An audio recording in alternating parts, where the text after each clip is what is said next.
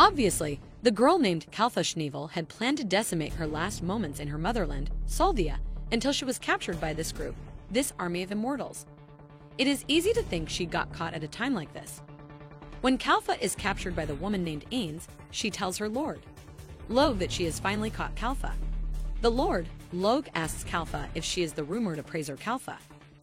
Kalfa agrees, to which League appraises Ains. To her horror, when Kalfa looks around her, she is surrounded by an army of immortals. She has heard rumors, but to think it is true is insane. Many deceased have been resurrected in recent years. It is said to be the strongest army that is still growing in power, thanks to a single necromancer. She looks at Log, wondering if this young man really is the rumored necromancer. To her, at the very least, unlike the ones next to her, Log doesn't give off a bad atmosphere like a monster. Ains looks at Kalfa and says one of the world's 7 sages serving the Seldian Empire, the strongest appraiser, Kalfa Schneevel. If they use her power, they will be one step closer to achieving Log's long-desired wish. She says they must raise a toast to their achievement. But Log stops Ains, asking if she did something rough other than typing Kalfa with a rope. He questions why Kalfa looks so exhausted. He reminds Ains that Kalfa is a guest. Ains responds by saying she didn't do anything other than tying Kalfa with a rope. She was exhausted even before they captured her.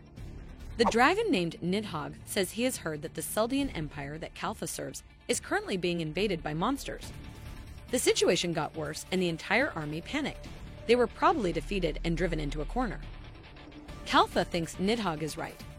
Just as the dragon said, the opposition between the monsters and the Seldian Empire, the one who was leading the army was her. At first, they had the upper hand, but the monsters kept opposing one after another. The opposition situation gradually worsened, and the Emperor Nad had fled. The Emperor abandoned his people and fled. What's left was only her, Kalfa, one of the 7 sages who hold the world's strongest power. The army is scattered, and the countdown to the downfall of the Seldian Empire has also begun. To think she will get caught by this necromancer at a time like this is like misfortune after another. Log looks at Kalfa, stating to her, it is like adding insult to injury. In other words, the Empire and the monsters are still competing around here. Just then, Kalfa says she has a request. She wonders, at this rate, the country will perish sooner or later. She who was in command will also be unearthed. But if they have this mighty immortal force, they might be able to get rid of the monsters. They might be able to save their motherland, which is on the brink of extinction. Since she is going to be unearthed anyway, she decides to give one last try to save her country. She asks Log to save her country, Seldian. Ains looks at Kalfa, reminding her to know her place. She is nothing but a lowly human. She asks Log to get rid of Kalfa as soon as they achieve their purpose. He can just throw her and the others away. But Log stops Ains right there. He reminds her that he is also a human. Ains asks, aren't humans other than Log? Log says he is frightened to think Ains can say that with a straight face. He asks Ains to listen up carefully. For their purpose, the power of those people is needed. Treating them like a fool is out of the question. Ains realizes what Log has told her and decides to be careful next time. Log then asks Kalfa, if he saves her country, will she listen to what they have to say? Without wasting a second, Kalfa agrees, stating, if he is able to save their country, she vows to give him anything. With that said, Log asks Nidhogg to scout out the opponent's strength from the skies. As for Ains, he will leave the command of the immortal army to her. He then looks at the appraiser. Kalfa asks Log what is his purpose. He extends his hand, stating when this all is over, she will be their guide. From here, they will be counting on her.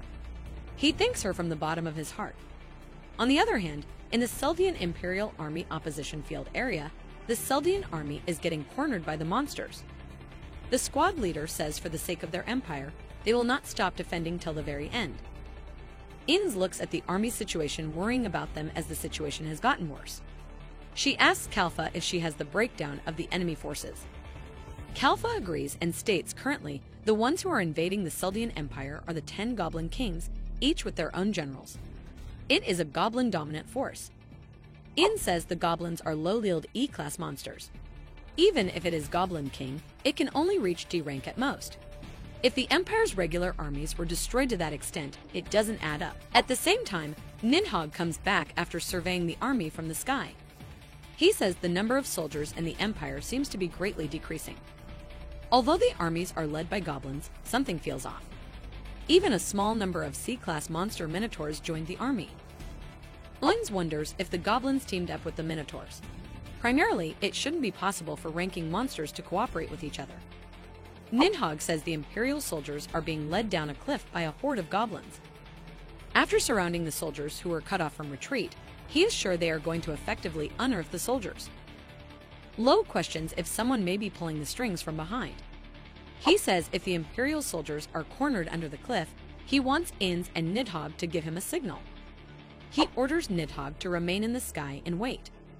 Find the right moment when he sees the soldiers aiming at the goblins and blow them away. With that, he releases the Necromancer's pledge.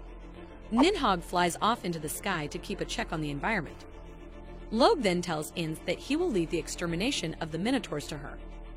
He asks if she can handle it alone, to which Ins agrees, assuring Logue to leave the matter to her. With that, he releases the Necromancer's pledge for progenitor Demon King Ins Lucifer. Ins converts to her original form, stating it's been a long time since she was in this form. She says she will definitely deliver more results than expected. Logue releases the remaining Necromancer's pledge and asks them to scatter away to their heart's content. Kalfa, who is seeing all this, is in a state of shock. She is terrified to see Ins Lucifer and realizes who Logue really is. With that, Logue looks at Kalfa, asking if they shall get going too. On the other hand, in the Imperial army opposition field, the Seldian army is struggling against the goblins. If they let their guard down even a little, the goblins will stab them through the armor. Follow up by Minotaurs, who will surely vanish them with a single blow. In order to take down the organized goblin army, they need to unearth the general's goblin king. But it is too far. Just then, one of the Seldian soldiers tells the squad leader about the cliff up ahead. If both left and right roads are blocked due to the fire they set, and within no time, the Seldian army is cornered. The squad leader asks one of the soldiers if he has found Kalfa. The soldier responds saying he hasn't seen her since a while ago, since the largest clash they had with the goblin soldiers. The squad leader says when they were abandoned by the upper echelon, Kalfa was the one who took over the command and encouraged them. To bring disgrace to Kalfa like this, which won't do at all, he orders the noble soldiers of the Seldian Empire, stating this is where they make their stand. Vanish as many monsters as possible. Build as many mountains of corpses as they can. This is the spirit of them, the Seldian.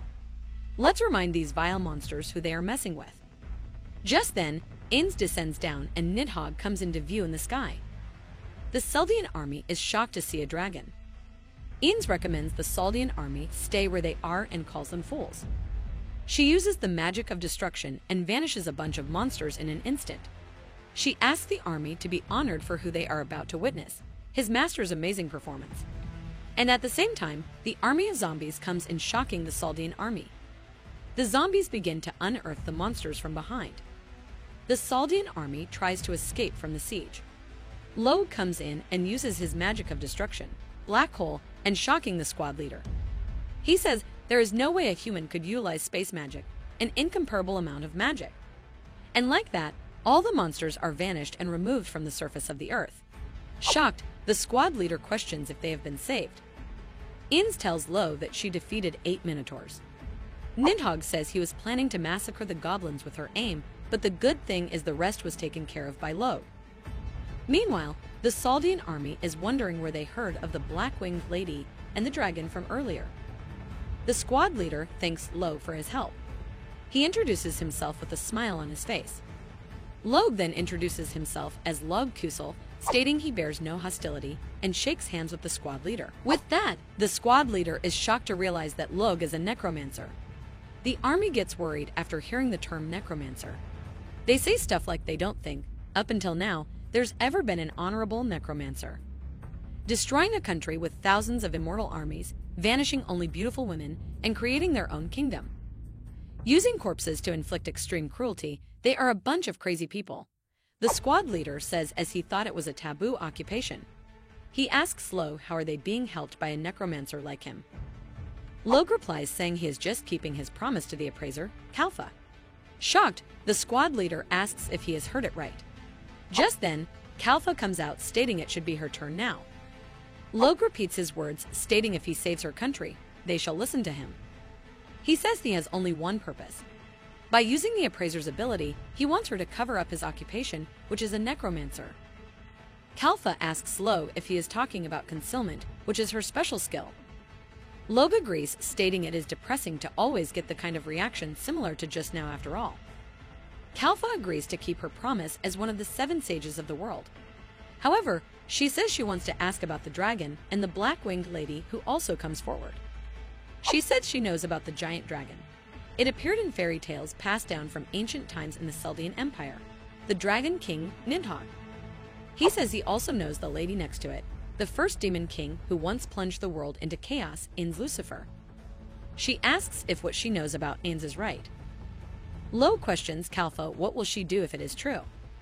Kalfa states even if he is a necromancer, it is unbelievable. They are legends from hundreds of years, if not thousands of years ago. She asks what is his purpose to possess this kind of mighty force. To her surprise, Logue replies saying he just wanted to make friends. This leaves Kalfa and the Seldian army in shock while Logue celebrates it as he says his true purpose to everyone for the first time, and Nidhogg and Ainz praise him as well. Ainz asks Kalfa to use her head a little. Due to Logue being too powerful and his occupation, Logue is always isolated. No human would come to Logue. He has never made any friends since he was born. Ainz crying while stating to them that Logue is undeserved. With that, Kalfa tells her army that she wants them to immediately change their existing perception of necromancers. These people have saved them from their predicament. They are their heroes. The army agrees and decides to work on it. Kalfa then looks at Logue, stating to fulfill her promise, she has only one suggestion. She can disguise his occupation from necromancer to adventurer.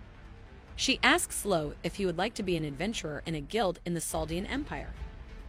Logue thinks about being an adventurer for a second and then happily agrees to become an adventurer. He says he feels like he can gain something back from it. This will be his new start. Kalfa wonders, perhaps by chance, she may have met an unbelievable being. It feels like her world has been turned upside down with such an irregular existence. She asks Logue who he really is. Logue replies, saying he is just a former lonely necromancer. With that, Kalfa decides to guide him to their Seldian Empire. And just like that, the adventure of making friends begins. A necromancer is a person whom death always follows. Because of this, Logue was always alone. Since he was in the orphanage, he has always longed for friends. But that ends today. Because of Kalfa's special skill, he is able to disguise his occupation. Necromancer as an adventurer. He celebrates his victory, stating now he can make friends. Logue thanks Kalfa for her help, stating it was worth following her into the Empire. Kalfa says she is just fulfilling her promise and nothing much. Though they called it concealment, she has only made the status label disappear. Just then, the squad leader comes in apologizing for interrupting their conversation. He says he has something important to report. He says it is regarding the emperor of this country, Nad, who fled some time ago. They have confirmed that he has been unearthed by the army of goblins.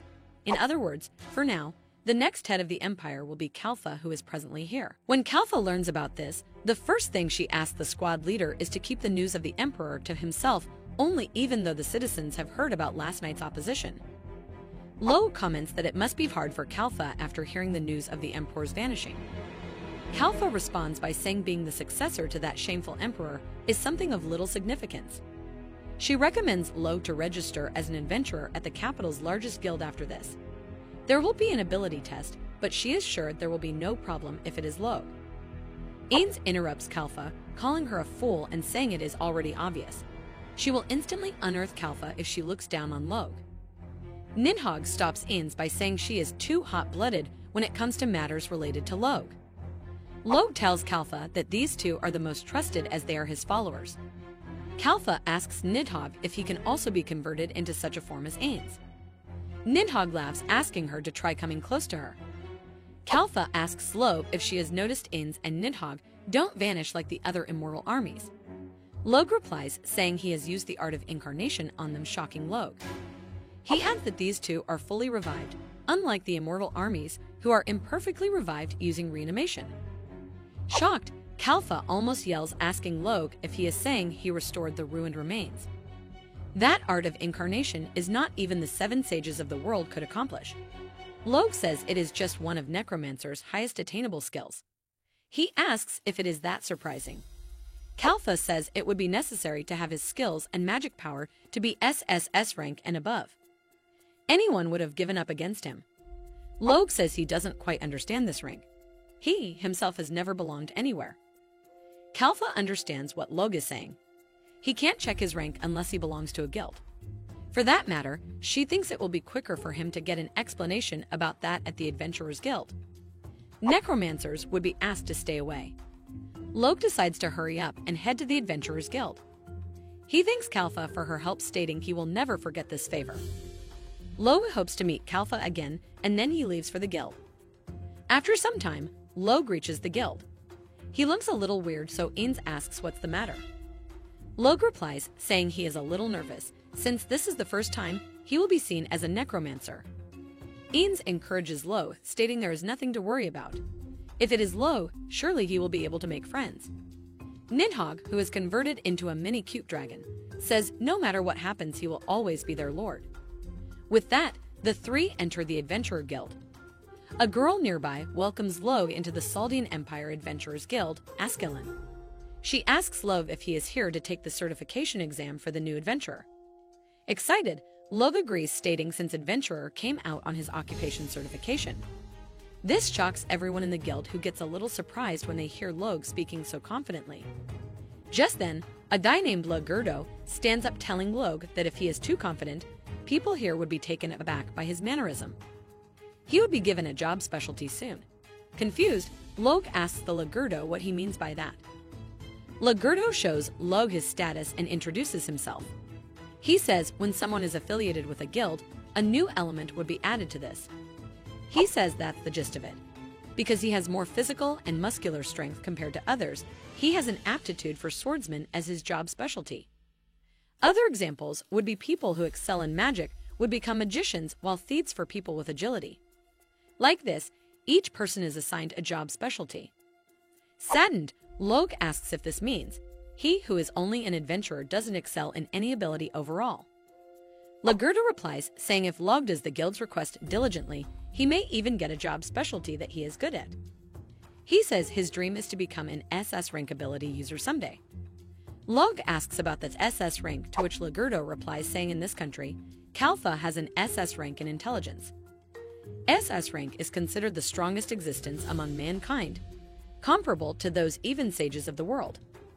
With that said, the girl at the desk asks Logue to put his hands on the crystal so that he can look at his abilities. However, when Logue looks at the crystal, it shows his occupation as an adventurer with necromancer written in brackets. Logue hopes that the girl cannot see what's written in the brackets.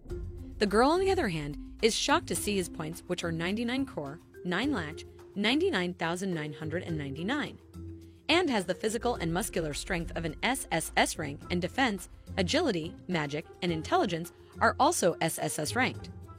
The girl and Lagurdo are stunned after seeing Logue's scores. Nervously, the girl says maybe due to all ability values being too excellent, it can't narrow down his job aptitude. She isn't convinced that Logue's scores are correct. She says it must be a bug.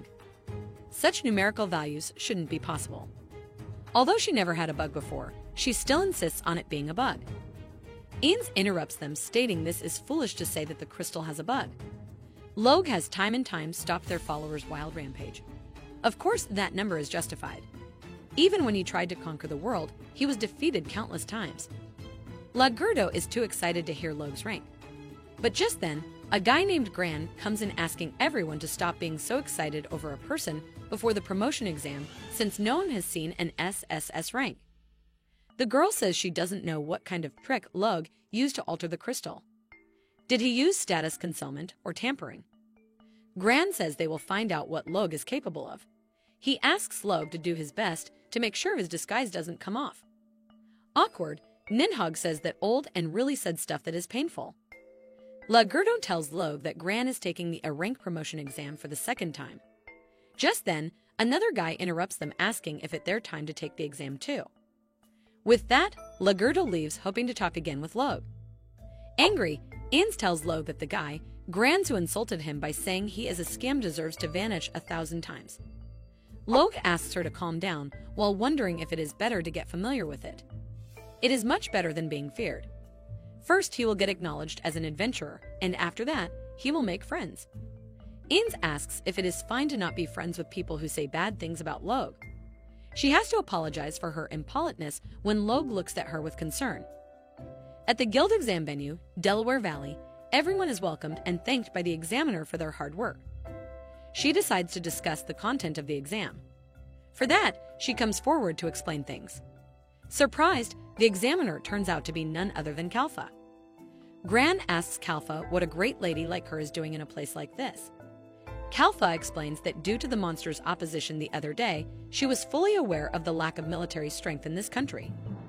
Therefore, she wants to ascertain everyone's ability with her own eyes.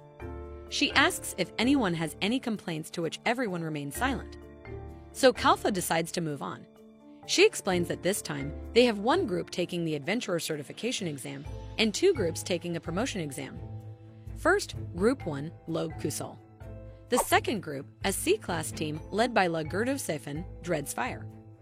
Third group, a B-class team led by Gran Kalma, Regulus Heart. Kalfa asks if everyone is ready, to which everyone agrees and decides to give their best. Kalfa reads out the paper stating firstly, for the people of Regulus Heart who are taking the A-rank promotion exam. In this dungeon, Delaware Valley, there's a boss on the final 10th floor. They are required to defeat Orochi. Orochi's features are having 8 heads and spitting out neurotoxins. Based on these, if they can deliver all 8 of Orochi's heads, they will pass the promotion exam. 3 members of the Regulus Heart have received the mission to deliver all 8 of Orochi's heads. Lagurdo gets a little nervous after hearing about Orochi, as it is a fairly strong type even in a rank. He finds Kalfa amazing for choosing such a monster. Next, Kalfa announces that Logue's mission will be a cleaning mission on the first floor. Due to the influence of the monster corpses and littering by adventurers, the first floor is full of trash, so she will just leave this to him. She says an adventurer is someone who helps people after all. Happy, Logue agrees and accepts the mission, asking if that means he can gain people's trust by accumulating such duties. He is surprised and said the profession of an adventurer is so deep. Kalfa encourages Logue, stating they will do their best to support him, while Lagurdo, Grans, and their team stand there looking at them talking so passionately to each other. Kalfa then tells the members of the Dreadfire that the B-rank promotion exam will be the 6th floor's boss, subjugation of the Muscle Wolf Pack. She adds that since it will take around 2 hours for Logue and the others to clear his exams, if she has the time, she will show her face for Lagurdo's exam. Shocked, Lagurdo looks at Kalfa, pleading to have some mercy on him and his team. He asks if she's treating them a bit harshly. Kalfa denies such allegations and wishes everyone the best of luck. With that, Logue and his team go to the first floor to clean the trash from there. Excited, Logue looks around and finds a way downstairs. He wonders did Gran and his team went down through here to lower floors. Lagurdo is also there with the rest. He suggests waiting a little and taking a look at how Logue works. He tells Kalfa that Logue has all his abilities in the SSS rank. But it seems like it is a defect of the crystal, as a person with such abilities never existed before. He wonders what Logue has been doing since a while ago. While Lagurdo and Kalfa stand there observing how Logue works, Logue is discussing with Ins that he will try using the magic Nidhogg taught him for the first time. Nidhogg is happy to hear that Logue still remembers his magic. Ins is also stunned, but she expects something like this from Logue as usual. She asks Logue if he can also use her magic. Meanwhile, Lagurdo is looking down upon Logue, thinking that he might be a beginner. He says Logue should have bought a storage bag since he had time to prepare. He came without buying anything. He wonders if Logue will be okay. Kalfa looks at Logue, who is about to start, and lets Lagurdo know about it. Logue uses the dragon attribute magic, Typhoon, and within 5 seconds, cleans the entire floor, shocking Lagurdo. He then uses the magic of destruction, Black Hole, to wipe out the trash from the floor. Once done, Logue turns around and asks Kalfa if this is okay. Shocked, Kalfa says it is the fastest record. In just 5 seconds, it seems like all trash has been removed. She looks at Lagurdo, who has passed out because of the shock. Kalfa then passes Logue in his Adventurer Certification exam. Excited, Logue celebrates his victory along with Ins and Nidhogg. Lagurdo's team member tries to wake him up, but Lagurdo is in deep sleep. Kalfa wonders if the SSS rank is real. Then Logue is not as ordinary as she had expected. If he stays here, then the country might be in danger. On the other hand, on the 10th floor, the Regulus heart is working on its goal. One of the team members tells Grans that no matter how he looks at it, it seems to be an emergency. Gran and his team are in a state of worry because of an incident happening on the 10th floor. After that, Lugardo is woken up and they all go to the 6th floor. Kalfa says finally it is time. She will be looking forward to Dreadfire's opposition. Lugardo says since Lug is tentatively a rookie adventurer now, let him show her how an adventurer competes.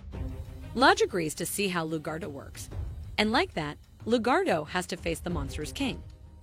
Lugardo uses his full power and marches forward at the monster, slicing his sword at it. But to this surprise, the monster holds the sword and beats Lugardo. Begging for his life, Lugardo asks for help from his teammates while Ins stands there shocked. She says to think such low-level things are breathing the same air as Lug is insane. Meanwhile, Lug is encouraging Lugardo, stating he is amazing. This is how an adventurer competes. Lugardo is so cool. This makes Ins question if Lug is being a merciful appraiser. Lugardo's teammate, Sinun, asks Lugardo to pull himself together. They have been running out of healing potions lately, so they can't use them without thinking. Ins says it will be more useful to remove the monster and add it to the Lug's immortal army. Logue asks Ein to take her words back. He tells her that supporting each other and facing mighty enemies is what being an adventurer is truly about. Kalfa tells him that he is just exaggerating. Logue is about to say something when he stops. Ins calls him along with Nidhogg. Logue assures Nidhogg, stating he felt it too. Ins says she feels something disturbing on the 10th floor. Worried, Kalfa asks if it is the same floor as where Gran is at. Logue says he doesn't know for sure, but something is wrong with Delaware Valley. He asks Ins and Nidhogg to wait here and leaves to go to the 10th floor. Before going, he apologizes to Kalfa, stating if anything happens, please take care of his guys. Worried, Kalfa says a newbie adventurer rushing into the last floor is unheard of. On the 10th floor, Grans is struggling with the 8-faced monster. Gran's teammate says no matter how they look at it, they are in a state of emergency. Annoyed, Gran says even though his hands are full with Orochi alone, why are there so many goblins? He uses the water and earth mixture magic, Debris, to get rid of the monsters, but it isn't enough. Angry, Grans asks his teammates to move their hands, not their mouths. His teammates try to use the wind attribute magic, but they also know that at this rate, they are doomed. He suggests stepping back and calling for reinforcement. On the 6th floor, there's somewhat combative Dreadfire. There is also Kalfa, who is the strongest in the Empire. Worse comes to worse, there is also the newbie who's an SSS rank example. But Grans asks his teammate to stop with the jokes. He told them not to interfere with his exam. Now, if they go and ask for help, he will be the laughingstock for life. But his teammates are more worried about their lives and ask Grans if this is the place to be saying something like this. Just then, the goblins come closer to them. They are already at their limit. Grans finally gives in and says he will try to vanish Orochi. Meanwhile, the rest can go and ask for help. His teammates leave, asking him not to be unearthed before the help comes. Just then, Gran is poisoned by Orochi. Already in so much pain, Gran asks the healer to just run for his life. The healer also leaves, stating he will definitely bring help. Now, Gran is left behind alone along with one more member on the 10th floor to compete with the Orochi, as well as tons of goblins. Before the last member also leaves, Gran apologizes for being a worthless leader. But his teammate says he will always be ready to follow him. Gran thinks that this is it. This is how he will be unearthed, and is about to just give up on everything, including his life, when Log comes in and uses his dragon breath magic, vanishing all the monsters near Gran's. He then runs towards Gran, asking if he is alright. Shocked, Grans looks at the newbie Logue. Logue says somehow he managed to make it here.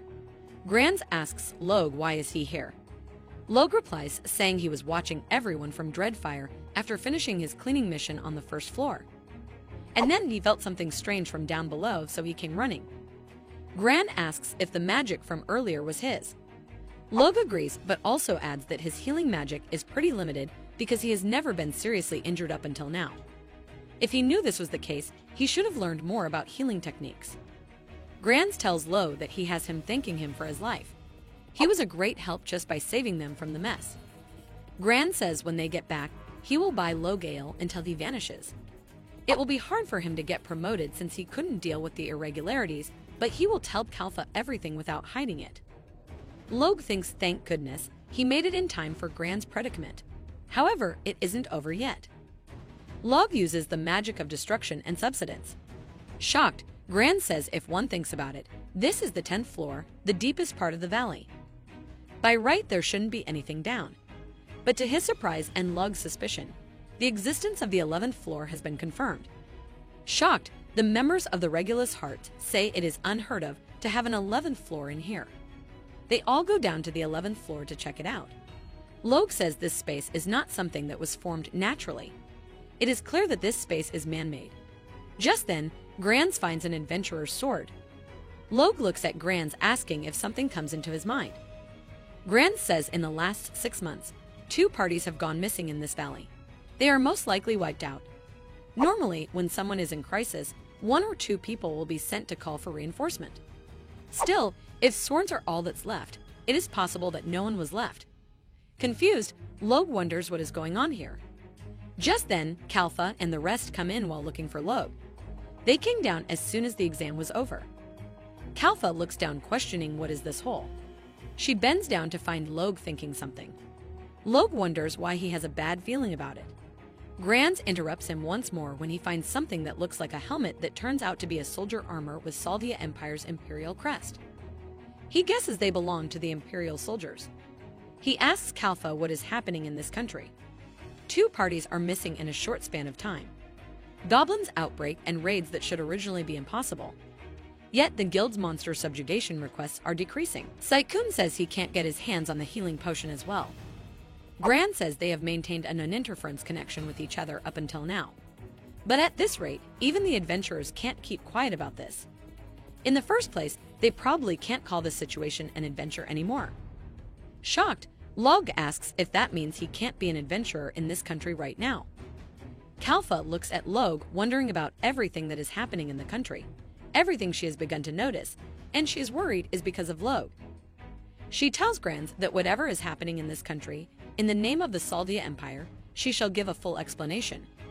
She is about to say something when a teary-eyed elf girl comes in asking for help.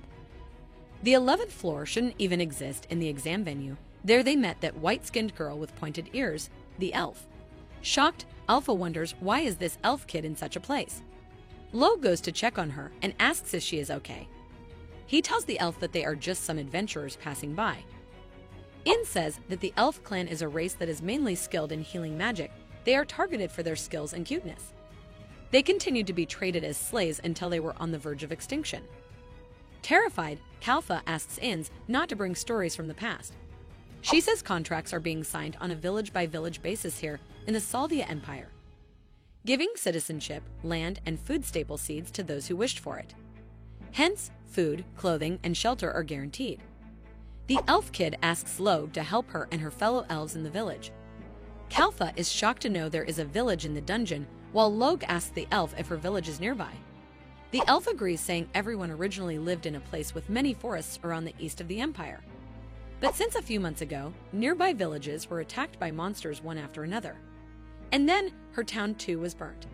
And then after that, strange people came to their village and brought them here without their will. They have been making healing potions for them since. They are mistreated if they disobey. That's why she wanted to save everyone. Logue realizes that the elf's hair and clothes are in tatters.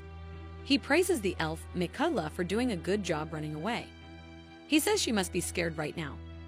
Kalfa asks Michaela if they were brought here by humans. She says originally, the elves were responsible for about 70% of the healing potions production. The shortage of healing potions in the entire empire must be due to abnormalities in the production line. It means that someone was manipulating things behind the scenes. Logue asks Michaela about her name, to which she introduces herself as Michaela Sikulet. He asks her if she knows where her village is. Kalfa asks Logue to turn back for the time being as it is late. The monsters would become more active at night too. She says she will send soldiers to investigate tomorrow morning. She says it is too reckless to continue at a time like this. But Logue says an appraiser should be useful to people, right? He says the lights at night are their territory. Kalfa asks if he is sure about continuing. She lets him know that he will lose the meaning of concealing his necromancer job. But Logue assures Kalfa that he is just doing his job as an adventurer. She says if that's the case, then she will go with them too. And with that, Granz and the rest also want to go with Logue now. Granz says they will report this matter to the guild immediately. Lagerta thinks Ainz is Logue's partner and calls her into that position, which shocks Ainz. He asks her if she can tell Logue about something that he whispers in her ears after everything is done. She agrees, and then Logue suggests getting to rescue the elves. He asks Michaela if he can leave the directions to her, to which Michaela happily agrees. On the other hand, the evil man is asking about Michaela from all the elves. He asks the elves to tell him about Michaela, or he will finish them at the very instant. But the elves say they don't know anything about where Michaela is. Angry, the man asks if he should just use the power or the S-rank ancient dragon to burn them all and their village to the ground. He orders some of his men to release the ancient dragon's seal right now. The men comply and release the dragon, Asgard. The dragon marches forward to vanish the elves while the elves run to save their lives. At a time like this, Michaela comes back with Logue and his fellows. Angry, Kalfa asks the soldiers to stop this. But the main lead asks Kalfa who she is. She introduces herself as Kalfa, the acting emperor of the Saldia Empire. She says the land and the elf clan should be under the jurisdiction of the Saldia Empire. She asks the soldier to state his affiliation, but he doesn't reply to her and asks the goblins to block the escape route. Kalfa is shocked to see how the monsters are following the orders of the soldier. The soldier says he doesn't know who Kalfa is, but here they have that S-Tank legendary dragon god's descendant Asgard. It doesn't matter if she hangs out here. Nidhogg asks Logue if he can lead the ancient dragon to him. Logue happily complies and allows Nidhogg to go as wild as he can. With that, he releases the necromancy and Nidhogg comes back to his huge form. He finds it interesting to be competing with his descendants. The soldier asks Asgard to set the intruders on fire. Asgard complies and uses his fire on Nidhogg. Nidhogg is surprised to see how Asgard is facing him head-on. He uses Yggdrasil magic to shock Asgard. He says Asgard lacks the ability of language and finds it pathetic that something like that is his descendant. He says he wants to tell Asgard something as an old man. He says to speak with words, and if he can read the letters, he will be able to steal skills that are fascinating and multidimensional. Their magic, which they only know a part of, will increase explosively. To be able to mess around with unknown power, Asgard should no longer be manipulated by cheap tricks. However, even if he wields all that power, there are opponents in the world that he can't beat. The soldier says to Logue that he doesn't know what is going on when he looks at the pathetic state of Asgard. He says he is an A-rank magician who even tamed an S-rank dragon. There is no way he would lose. He gets angry and asks Logue if he thinks he can take away this paradise by himself. He uses the fire attribute magic, Hitzflag. Logue says he can see this is indeed not the soldier's average power. He takes out his sword, stating that is why it is worth receiving it. Nidhogg agrees, saying even if overwhelming power, he could bounce it back from the front. For Logue, that is fire attribute enchantment. The soldier is shocked to hear about enchantment. He asks if that is an SS rank magician's skill. Before the soldier can do anything, Logue slices his neck into pieces. He asks the other soldier what was he doing against the little girl, what if he cares to explain.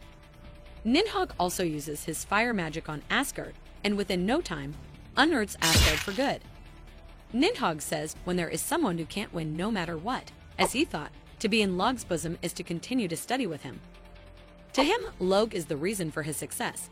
That's why the ambition of surpassing Logue Kizel hasn't been crushed. He changes back to his small form. Ainz also praises Logue. Logue asks Ainz how is everything over there, to which she tells Logue that she has made a stack of them all. She doesn't want to break them apart. The elves come to Michaela asking if she went to ask for help. They thank her for saving them. After that, Kalfa shows her abilities. She looks at the magician soldier and realizes that based on the national emblem on that uniform, she can speculate for the most part, but she will get him to show her everything from here onwards. Kalfa asks the guy where he belongs and what is his purpose for coming here. She says they too do not want to resort to rough means. Lodge is thinking about the people in the background who are also involved in giving so much pain to the elves when the guy tells Kalfa if she wants to unearth him, she can. He, too, is a military soldier. He will never sell information to the enemy. Kalfa has no choice and uses the appraisal force disclosure magic on the guy to get his information. This is also within the appraisal, the strongest skill of force disclosure. With this, one can disclose an individual's status without their consent. Annoyed, the soldier says Kalfa is trampling on his resolve. Kalfa responds saying she did tell him she didn't want to resort to this. However, as expected, it is the Balra Empire. They are supposed to be in an alliance with them, but to think they are doing this behind their backs is absurd. Ains interrupts Kalfa, stating this is wrong of her, as everyone would have something they want to hide. Even she is a little disgusted by it. She can't help but feel sorry for the soldier.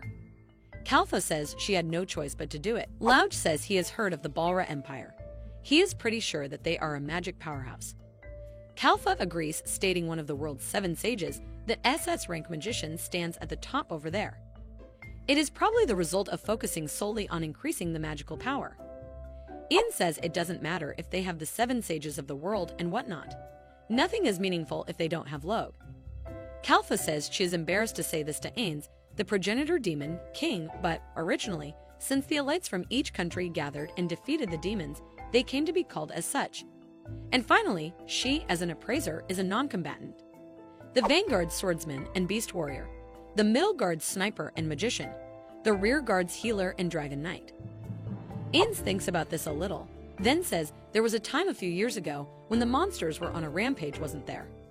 She asks Logue if didn't he punish that area's smallest fry a little because it was pretending to be the Demon King. Logue replies saying he remembers it. Pretty much it is the Phoenix.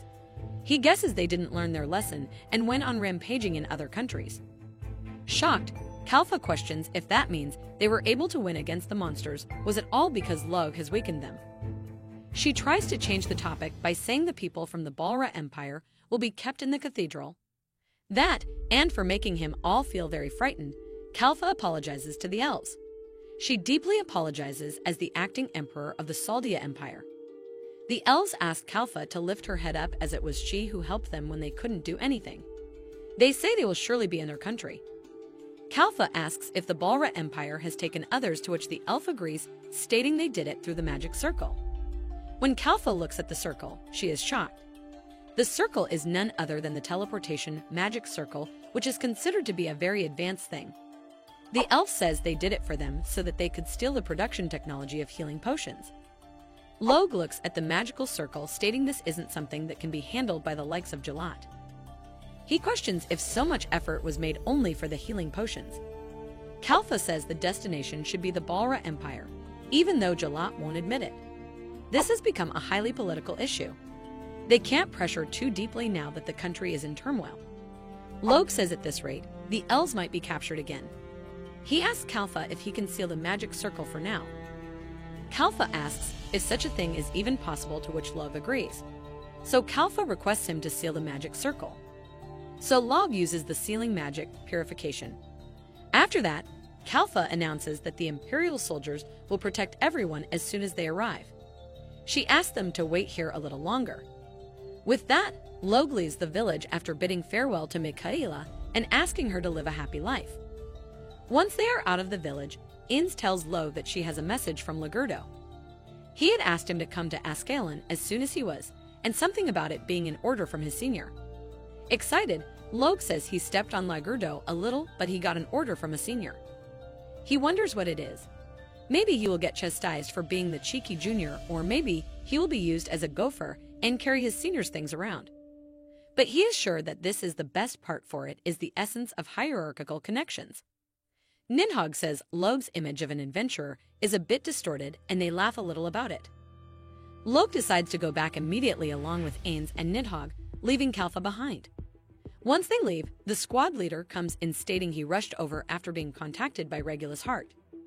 He asks Kalfa if she is all right. Kalfa assures the squad leader that she is fine. She says it seems the time has come when they too must make up their minds. It is the time to compete with the comrades with who they once competed together with.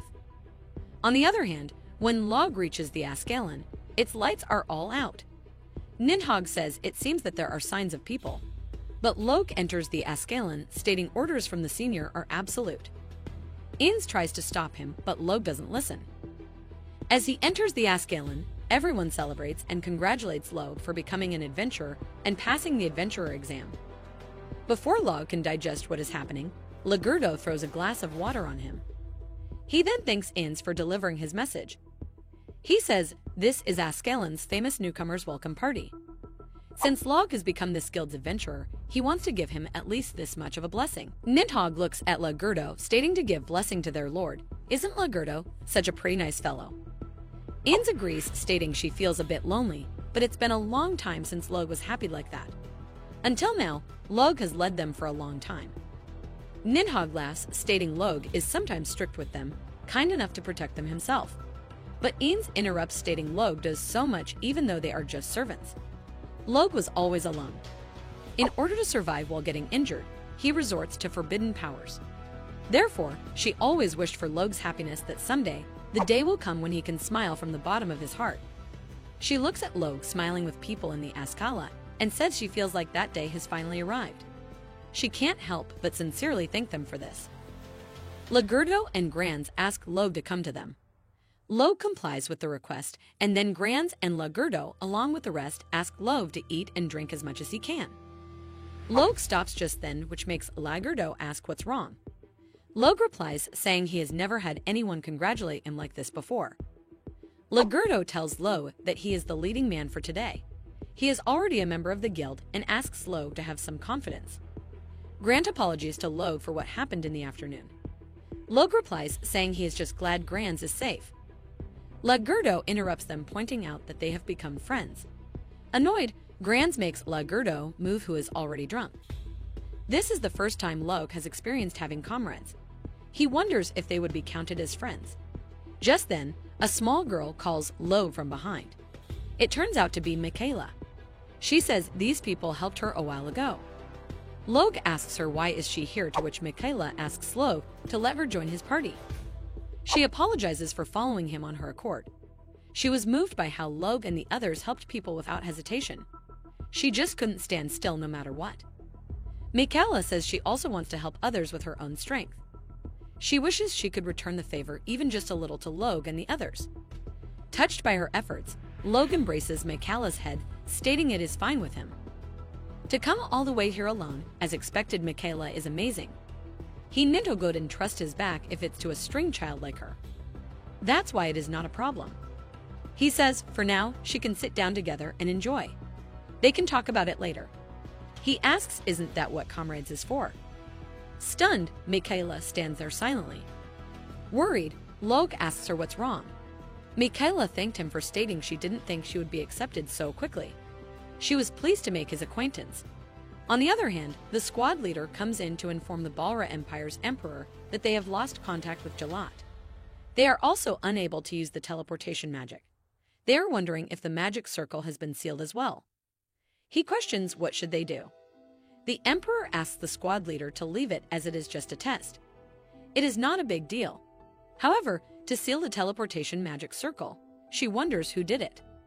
From the moment Logue was born, he has always been living in an orphanage. He had no idea which country he was in. Hence, the concept of motherland was not ingrained in him. When he was 12, the gods bestowed him the forbidden job, the necromancer, and that became the obvious reason why the Unalive was always craning onto him, thus casting him on the road of having a solitary existence. Logue wants friends. That was the one and only dream he had always had. Then the orphanage was opposed by the demons. He was left alone and years flew by. He became a solitary necromancer leading an undead army. In order to fulfill his dream of having friends, he arrived in the Sardia Empire. With the assistance of the appraiser Kalfa, he has become an adventurer. Along with his followers, Ines and Nidhogg, he has taken his first step as a new adventurer. So when the dawn arrived, an unexpected person decided to join his party. Logue wakes up from a good nap to find Michaela sitting in front of him. She calls him master, stating because he is so much stronger than him, she will be calling him master from now on. Logue finds it a little embarrassing. He says rather than that, it is amazing that she came all the way here alone. He completely didn't realize that at all. Nidhogg says Michaela is hiding her presence on purpose and escaping their detection skill. She is apparently having an advanced skill of her own. Ines asks if this is the healer's advanced skill, presence concealment. Logue praises Michaela for the work she has done. Nidhogg asks Ines to try to remember it carefully as Logue subjugated and became their master at the age of 17. Even if Michaela had an advanced skill, if her healing skill is below average, then she is not worth considering. He can use healing skills just as well. Michaela asks Nidhogg if he can give her a moment to talk to Logue properly. She points out a little scar on the joints of Nidhogg's wings. Nidhogg says it is the scar from earlier when he was trying to compete with the Earth Galus. He says an average potion does nothing to him. But Michaela uses her magic skill and treats Nidhogg. Surprised, Nidhogg says Michaela can heal the injuries of an S-rank dragon in an instant. Michaela says she has been trained in the arts of healing since she was still in her hometown. Logue questions Michaela if she is talking about the elf village at the east of the empire as her hometown. But Michaela denies it and says she was from a place far, far away from this continent. It is a place really, really far away, a country only for elves. That was her hometown. Ines is surprised to know about a country only for elves. She has heard a rumor about it, but she is pretty sure it is gone. Michaela says after leaving her hometown, she has always been alone. She has traveled from village to village and finally arrived in this country. Before that, she was really scared because no one would help her. Logue is touched by her story as he has always been alone as well. Nidhogg sits on Michaela's lap and says he doesn't sense any evil intentions from her. This is good. He says he kind of likes her. Ines says the healing effect from Michaela seems to have smoothed the heart of the Dragon King. A healing as proficient as this, there is no reason to let her go. Logue agrees with Ines and moves forward to shake hands with Michaela. He says, as fellow adventurers, let's be nice to each other. Michaela agrees and thanks Logue for trusting her. After that, Michaela decides to have a walk with Nidhogg in the Empire. Logue lets Michaela go after asking her to take care. They decide to meet up at Ascalon later. Once Michaela is gone, Logue comes back inside the inn. He questions if everything is okay after the Ascalon welcome party. Ines says they went pretty wild into the night yesterday. She asks Logue if he has fulfilled his dream of having friends. Logue agrees, stating he is pretty excited. He has never felt this happy in his life. Lagurdo, Granz, and people from the guild welcomed him and they celebrated together. That was the first time he had experienced anything like that. However, when they went to the inn right after, he was still too excited to fall asleep. As the two are walking, some men look at them, which is insenses. The main lead asks Logue if he is coming home. He introduces himself as the B-rank adventurer, Gold. He says having a meeting in a broken-down inn like this is kind of sad. He questions Logue if he is new. He asks Logue to show him his status as a starter, and says if he declines, he won't be getting off scot-free. Logue realizes that Gold is calling out to him. He asks Ines if this is what is commonly known as extortion. He turns around and passionately tells Gold that it is gold manners for an adventurer to follow the instructions of their seniors. He decides to present his status. Confused, Gold wonders why is Logue so excited. Is he some amazing adventurer? When Logue shows Gold his status, Gold starts to laugh about it and says he is just a newbie. Gold tells Logue that he will have to pay them a fee. They will let him off with 1 silver coin or 10 bronze coins. He adds that if Ines doesn't pay up, he will be in a world of pain. Angry, Ines is about to come forward to beat Gold and his companions, but Logue stops her and tells Gold that they don't have any money. They only have 3 bronze coins in total. He offers the coins to Gold, questioning if he could spare them with this while assuring Ines that it is all right. If this is the rule of the adventurers, they will have to follow it. This makes Gold laugh, who tells Logue that he will have to follow the world of his seniors. He tells Logue if he doesn't have the money, he can borrow it, or he can let them have Ines as she is really pretty. Logue laughs a little and then shows his true reaction. He beats Gold, stating a senior who wants to lay hands on his follower does not deserve respect. He smushes Gold on the floor. Angry, Gold's companions tell Logue that just because he is a newbie, they are letting him go and don't look down on them, or he will be in a world of pain. They ask if Logue thinks he is some hero of justice or what. Logue uses the destruction magic and cancellation magic on the 2 men. He then tells Gold that he doesn't know if he can hear him or not, but he will be leaving his 3 bronze coins. He thanks Gold for the lesson and leaves. Ins finds this whole scene amazing, but Logue says if Ins were to do it, they would all be vanished. Angry, Gold sees Logue going away and decides to never forgive him. He cannot believe that Logue could prance around like that in his territory. He won't let Logue go away that easily. On the other hand, Michaela reaches the Ascalon with Nidhogg. Raggard wakes up because Michaela states they drank too much last night. Michaela hurries and decides to provide treatment right away. She heals Grans and the rest, and soon the damage from the booze is all gone.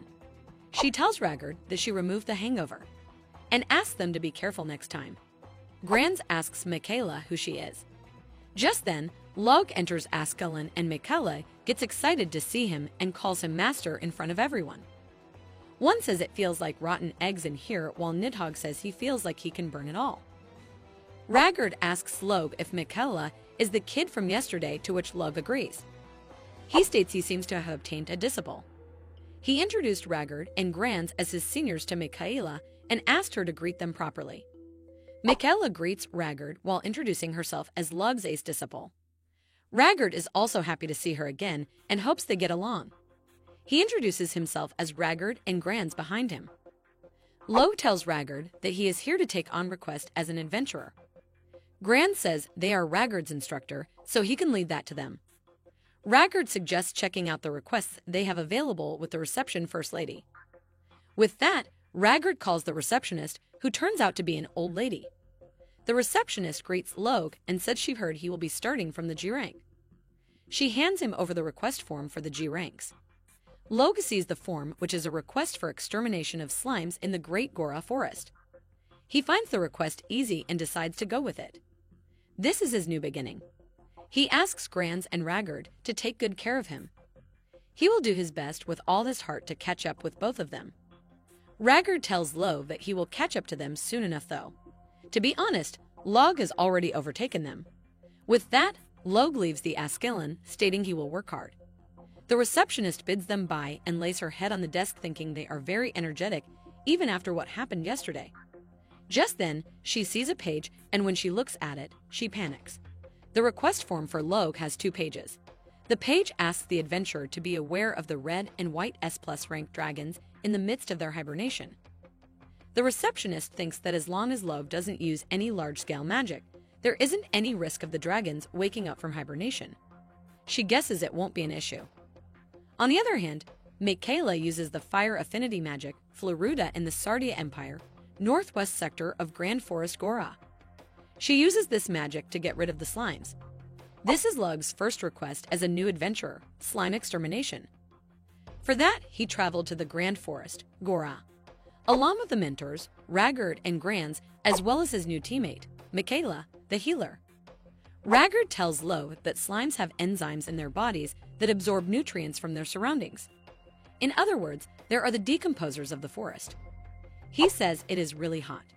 The nutrients in this forest are really rich. He guesses that is why the slimes are multiplying. He says it is a good thing Ans didn't come along. Logue laughs about it, wondering what would be the right thing to do for Ein. They had parted ways a while ago. Ans and Nidhogg, who were resurrected through necromancy, have reduced stamina under strong sunlight. So they are setting this mission out. Ans said she isn't good with hot climates and wished Logue the best of luck. Logue left them in charge of maintenance of the undead army in the swamp area. In the present, Michaela is trying to vanish and exterminate the smiles in the forest. Raggard is amazed by her recovery magic skills, but her offensive magic is a little weak. Michaela apologized as she really wanted to be of use to the master, Logue. Logue assures her there is nothing to worry about. It is pretty rare to come across a talent who can excel in both offense and defense. That's why it is already amazing that she can even excel in a single aspect. This makes Michaela happy, who says she will try her best, while Raggard and Grans stand there thinking Logue shouldn't be saying this to Michaela. Logue explains to Michaela how his party is composed. Ans and Nidhogg will be on the front lines by using their bodies and close-range magic. He himself usually uses mid-range magic when compared to using the sword, so he is usually in the middle as the centerpiece. Michaela's role is to support the allies, so she will often stay at the back.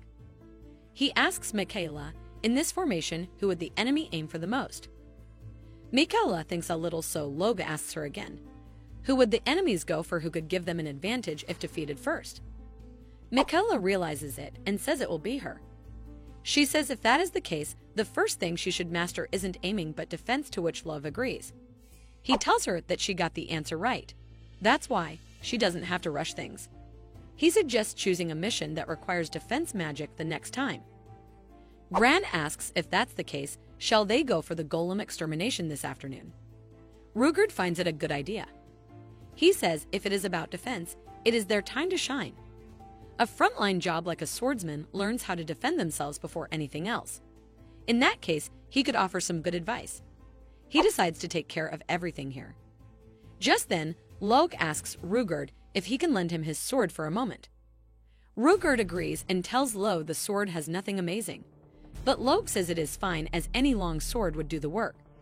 He then uses the Dragon Affinity enchant, Dragonica, to get rid of the slimes. This makes all the slimes exterminated in an instant, and Logue decides to head back.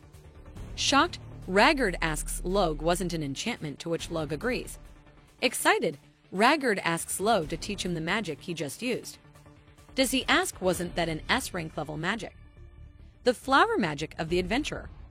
He questions how did Logue that with the sword. He wants to do it too. Michaela and Ragard bow down in respect for Logue and call him a master. They are all laughing about it when someone uses the fire and wind compound magic, Aludar. The magic is about to vanish Logue and his companions when he notices it and sues the magic cancellation magic to get rid of the aim. It turns out that the magic was done by Gold. He comes out stating he had missed him. This scares Ragard, but Logue manages to calm him down. Gold laughs about it and asks Logue if he is scared. Logue recalls Gold from the morning. Gold says he is here to repay the debt he owed Logue earlier. He asks Logue to watch as he has gathered the strongest allies. He makes an announcement saying, as promised, the rumored Logue was captured by him.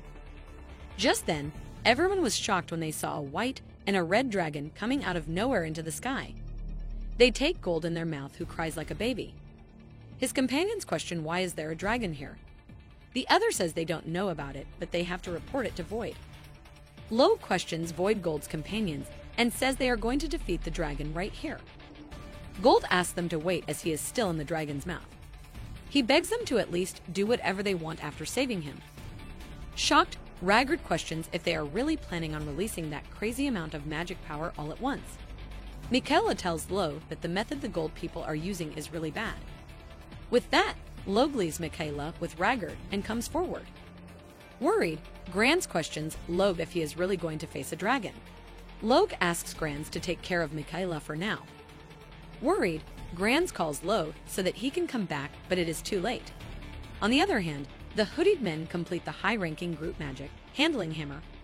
They use the magic on the dragon, but the dragon crushes the hammer in an instant. They use the barrier magic to cover themselves as the dragon comes closer to them. But their magic vanished with just a single blow. The dragon is coming towards them, which has a rank of SS. They don't have any mana left. But before the dragon could reach them, Logue came to rescue the men. He says he can see the dragon is trying really hard, but his prank has gone too far. Logue holds the dragon's claws with just a sword. He tells the dragon that the guy in its mouth is a precious citizen, so he will be needing him back. Shocked, the hooded men question who is Logue, as he has strong magic. Logue says who would have taught the magic Nidhogg taught him would come in handy here. He uses the dragon's strike magic and vanishes one of the dragons. With that, Gold just opens the mouth of the dragon and comes out of it. The second dragon blows fire at them. Shocked, Rugard says these flames can't even be compared to the flames earlier. The hooded men decide to run for their lives while Logue stands there looking at the dragon in the sky. He tells the hooded men that they don't have to run that far. Logue then sues the destruction magic, a black hole on the dragon, and then uses the sword with a black hole on it and puts the dragon to sleep until spring. The dragon lands on Gold, who cries wondering if he is going to be unearthed, while Michaela, Ragard, and Grans praise Logue for his bravery. Gold runs away, stating he has to report everything to Void, while Logue wonders who exactly is this Void. Michaela spots Gold and tells Logue that he is running away, but Logue asks her to let Gold go. They need to take care of the dragon first. Ragard asks Log if the dragons are vanished. Would it move anymore? But Log explains that he didn't unearth the dragons. They are just out cold. He looks at the dragon, saying he should bring them back to their nest. They are at fault for disturbing their hibernation in the first place. Michaela uses some healing magic on the dragons. Upon asking, she says she just thought it would be sad if their bodies were in pain after waking up. She wanted to heal even just a bit of the dragon's wounds. Granz looks at the dragons, stating Michaela even got rid of their old wounds. Ragard praises Michaela for her kindness. Log then sues the magic of dimensionality to bring the dragons back to their nest. Amazed, Ragard tells Log that Michaela is already amazing. They can't find a recovery magic like this all over the country. Log says he can't tell whether the elves or Michaela herself is awesome. Elves have been known to have an aptitude for being a healer since a long time ago. Granz says in the past, though there is something known as the elf race, countries and nobles have taken them as their private property. That way why, in the Sardia Empire, the princess tried to protect the elves' rights 2 years ago by giving the whole forest in the Obord region to the elves in exchange for their recovery potions. Thanks to that, the guild has a constant supply of recovery potions at that time. The number of vanishing had gone by a lot too. Ragard agrees with Granz, saying the reason why they as adventurers can continue their jobs without worry is thanks to the daughter of Nad, Rushira Sardia. Log remembers Nad, who was the former emperor of the Sardia Empire and had fled and vanished. Granz says in comparison, Emperor Nad is truly a bad guy. He wonders when Rushira will become the empress. Rugard says Granz seems to really respect Rushira. He says they should return to the guild now. Log asks them to wait as he has to return the dragons to the forest first and leaves. Granz stands there saying Log just defeated an SS-ranked dragon on his own. Rugard agrees, saying this guild will be in chaos again when they hear about this. When Log comes back to the Askelon, he goes to the receptionist. The receptionist tells Log that he has worked hard on his mission and asks how it was. Log explains that a few things happened and it was kind of messy. But they somehow made it back alive. Granz says he thought they were going to be unearthed. The receptionist thinks that they are exaggerating and asks how bad can the slimes be. But Log says they aren't talking about the slime and asks her to see the report. When she reads the report, she apologizes for her mistake. She says this is the worst mistake she could have made as a receptionist. She was supposed to be a support for the adventurers, and yet this blunder. She even thought since Log is a G rank, she guessed it wouldn't matter. Because of that, she exposed all of them to unnecessary danger. She says it is understandable even if they don't forgive her. Granz says she is really messing around with her job here. But Log says the receptionist wasn't in her best condition either, so please don't take it to heart. But the receptionist says this all only ended well because of Log. The guy sitting in the guild says they are awfully noisy and asks them to keep quiet. But the receptionist says she doesn't expect Log to be as strong as his status indicated. He even defeated 2 S-rank dragons. This brings the whole guild into chaos. The guys sitting in the guild come to Log, asking him and his team what does he mean by S's rank. Were there 2 dragons? Everything is in chaos and Log is trying to cover it up when Kalfa comes in. She asks Log if she can have a bit of his time. Shocked, Log looks at her asking if something happened. Kalfa says she has something to talk about. She asks Log if he can come with her to the cathedral for a bit. She says her invitation extends to Michaela as well. There is someone she would like them to meet. With that, they leave the Askelon. On their way, Michaela asks Log what is the cathedral. Log explains that he doesn't really know the details, but it is the place he went for Kalfa to cast her skill on him. Kalfa asks Log where are Inns and Nidhogg. Log replies, saying the opposition the other day destroyed many of them, so they are doing maintenance on the undead army in another area. Confused, Kalfa doesn't say much about it after that. She asks Log where they came from. Log says a few years ago, a few countries came after him, so it was mostly from that time. Kalfa says it was the period where the 7 sages were known for their opposition against the inhumane. Log says he can promise Kalfa he didn't make the living into undead puppets unwillingly. But Kalfa already knows about this. Log says when he got the job, he couldn't really control his powers and a bunch of undead came towards him in the orphanage. This makes Kalfa realize that Log is from an orphanage. Log agrees, stating it was invaded by the demons. The lone necromancer, to live, to be acknowledged by people around him, strive to be stronger than anyone else, but in the end, people feared and disliked him even more. Kalfa says the Sardia Empire also had its own share of problems from the prolonged opposition. The economic inequality and the opposing of orphans, there were a lot of problems. But even with all that, they finally managed to maintain peace for 3 to 4 years. Logue says he too thinks that a world where his undead army doesn't increase is the right answer.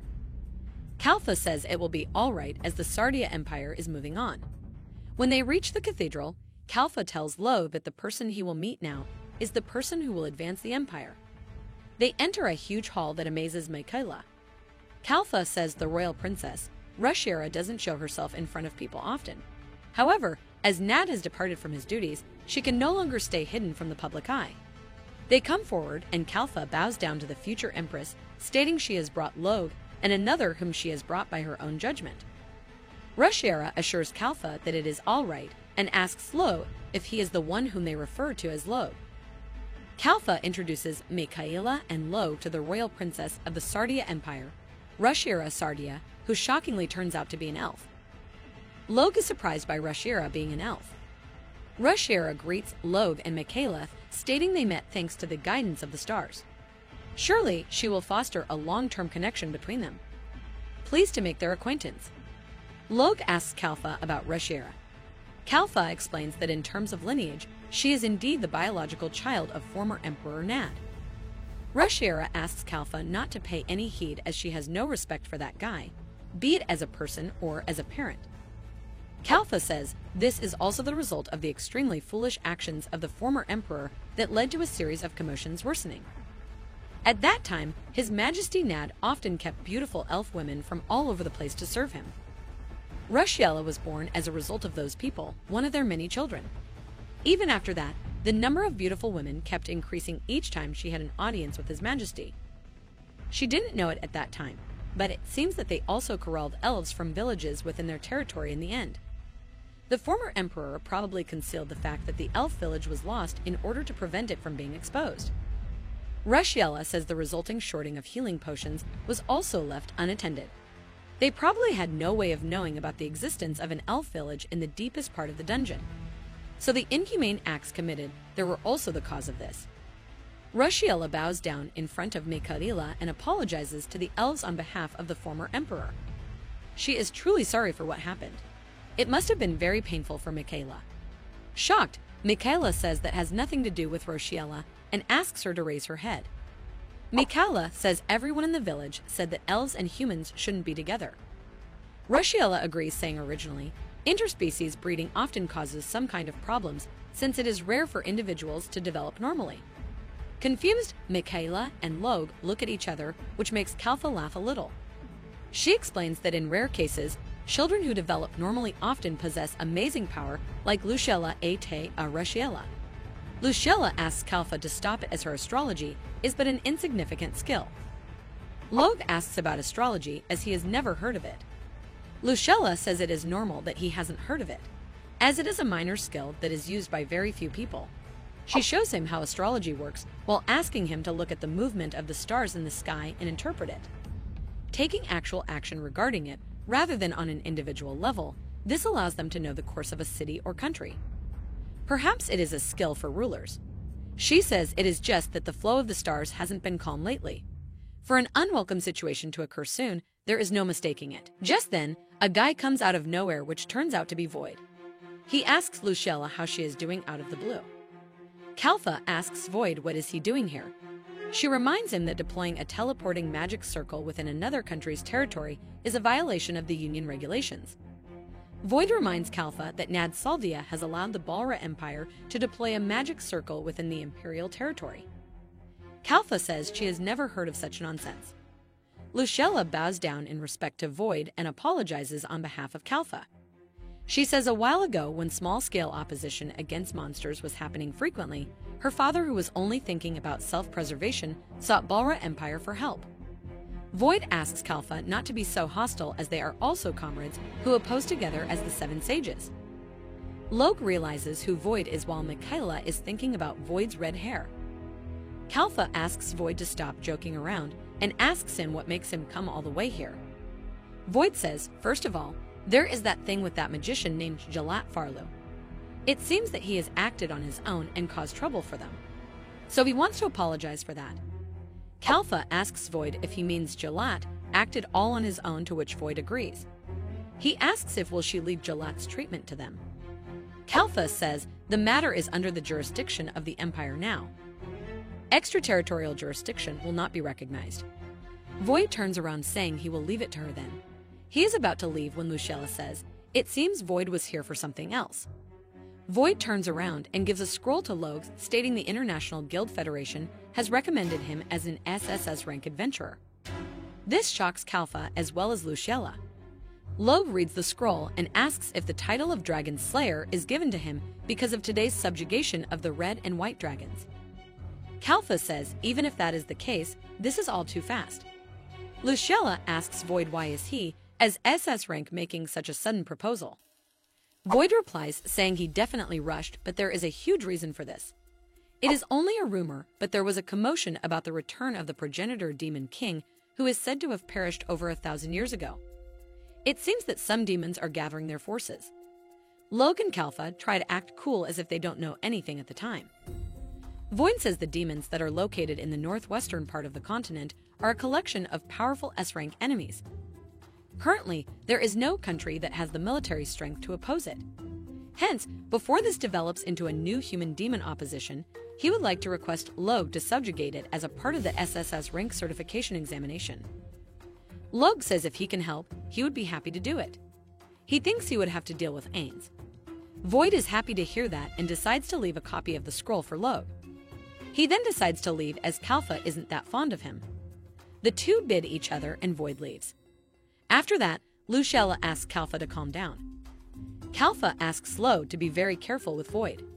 Voidmerker, Balra Empire's minister, is one of the 7 sages of the world. During the human-demon opposition, he showed his ruthlessness by trying to burn down the demons along with the entire village that was held hostage in order to complete his mission. Kalfa is worried and questions when Void sets his eyes on Logue. Otherwise, they wouldn't be able to move this quickly. Lucella looks at her card and realizes that she will be unearthed soon. Michaela comes to Lucella and asks if she would like to talk to her. Whether it is about delicious food or beautiful places, she wants Lucella to tell her more about this country.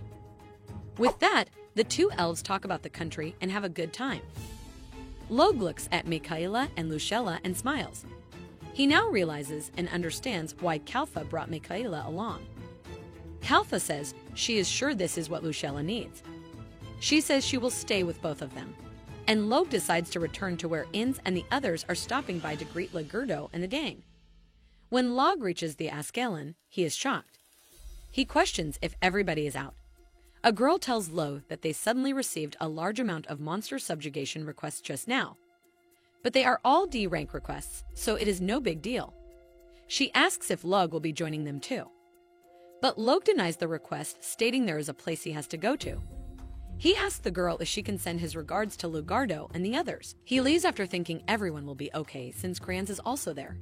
He then goes to see Inns and Nidhogg, who greet him and welcome him back. Tired, Logue says he walked for the first time in a while. Kalfa apologizes, stating there is no other way of hiding a troop this large. Nidhogg asks Logue where is Michaela. Logue replies, saying she is with the Empire's princess. Upon questioning about the princess, Logue says Lucella is an elf just like Michaela. He laughs, saying it is all a little complicated. Inns is thinking about something when Logue pardons them for his rudeness and asks her about the strength of their military force in full detail. Inns explains that there are 408 skeletons, 1,185 zombies. Including Nidhogg and her, there are a total of 3,667 military forces in the presence of Logue. Logue thanks Inns for the information and says this would be good enough. Nidhogg says he also has a report. He says roughly, to the north, a gathering of static magical power is approaching. It currently remains near the mountain range, but it is only a matter of time before they enter this country. Logue wonders if this is the gathering of monsters mentioned by Void. He tells Nidhogg and Ains that he was recommended to be an SS rank adventurer. Happy for Logue, Ains praises him and congratulates him for doing so well. However, Logue also explains that he was asked to subjugate the monsters in the north as part of that promotional exam. That reminds him, Ascalon also received a great amount of monster subjugation requests. So the monsters are appearing from the north and from the within. He guesses he should get moving too. Nidhogg says somehow he has heard that there is something wrong with this country. Inns suggests Logue get involved with this country any further. Nidhogg agrees with Inns, saying her suggestion isn't that bad. Logue's obligation to Kalfa has been fulfilled to the fullest. It might be fun to continue the wandering life again. But Logue isn't like what Inns and Nidhogg are saying. Inns says she just doesn't understand why is Logue bringing his precious military force along just to serve this country. Logue says the monsters are gathering mostly because of Inns. He looks up, saying he has seen many things being involved in this country. Kalfa risks her life for her homeland. Grand and Michaela stand up for their friends. Lagurdo is like a kind-hearted older brother. Princess Lucella accepts her fate quietly. He says he doesn't really dislike this country. He was desperate to survive up until now, but along the way, he realizes that to act for someone without hesitation, to protect someone even if it means sacrificing oneself, that is what comrades are. Some also refer to it as friends. He says he wants to save his friends. Nidhogg says if Logue wishes for this, then they have no choice but to follow. However, Inns refuses to accept the request. Inns bluntly tells Logue that she refuses to obey him this time. Shocked, Logue looks at her with confusion. Nidhogg asks Inns what's wrong. Usually, if it is for Logue, she is always ready to do anything. But Inns says she refuses this time. Shocked, Logue wonders what is happening. This is the first time this happened. Inns, who rather than complaining would always follow him happily, is refusing. He asks Inns if she can give her a reason for refusing. Inns replies saying she doesn't like it ever since they came to this country. Until now, she has been serving Logue to repay the debt of life that she received. To help achieve Logue's earnest desire, she came to serve only for his sake.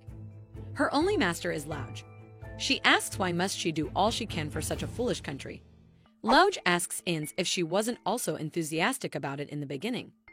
He asks why is she suddenly behaving like this.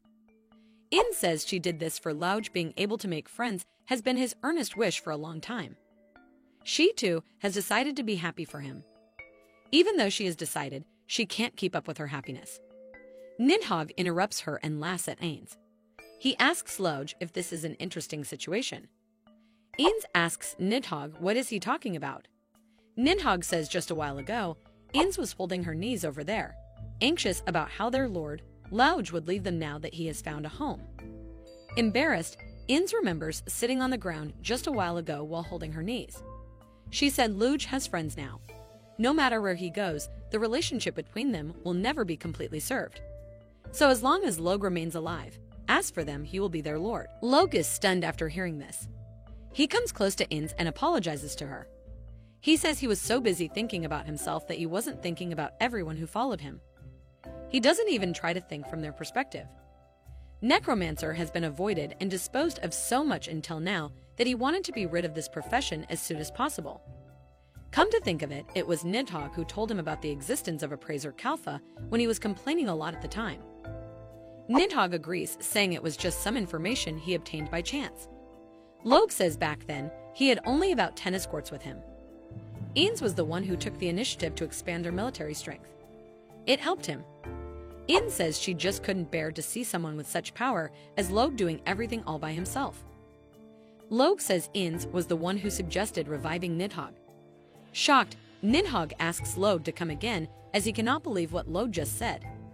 He asks Inns if that is true. He asks her why didn't she tell him about it.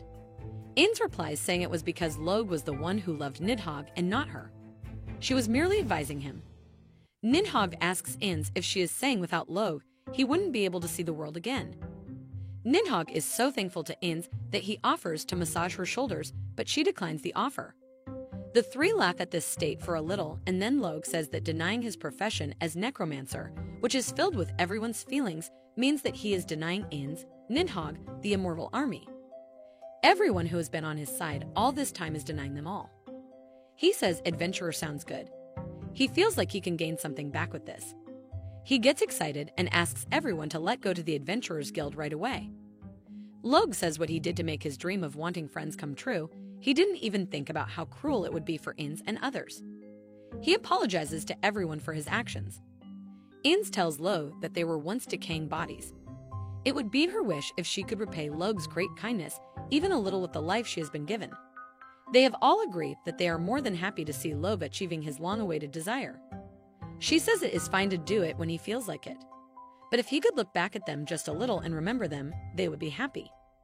Log embraces Ins while realizing it is not just him, but everyone is lonely too. Just then, Michaela comes back crying. Worried, Log asks Michaela why is she crying. Michaela apologizes and says she didn't mean to eavesdrop, but she was moved by everyone's bond. Embarrassed, Log gives a nervous laugh and says it feels like he has been caught doing something embarrassing.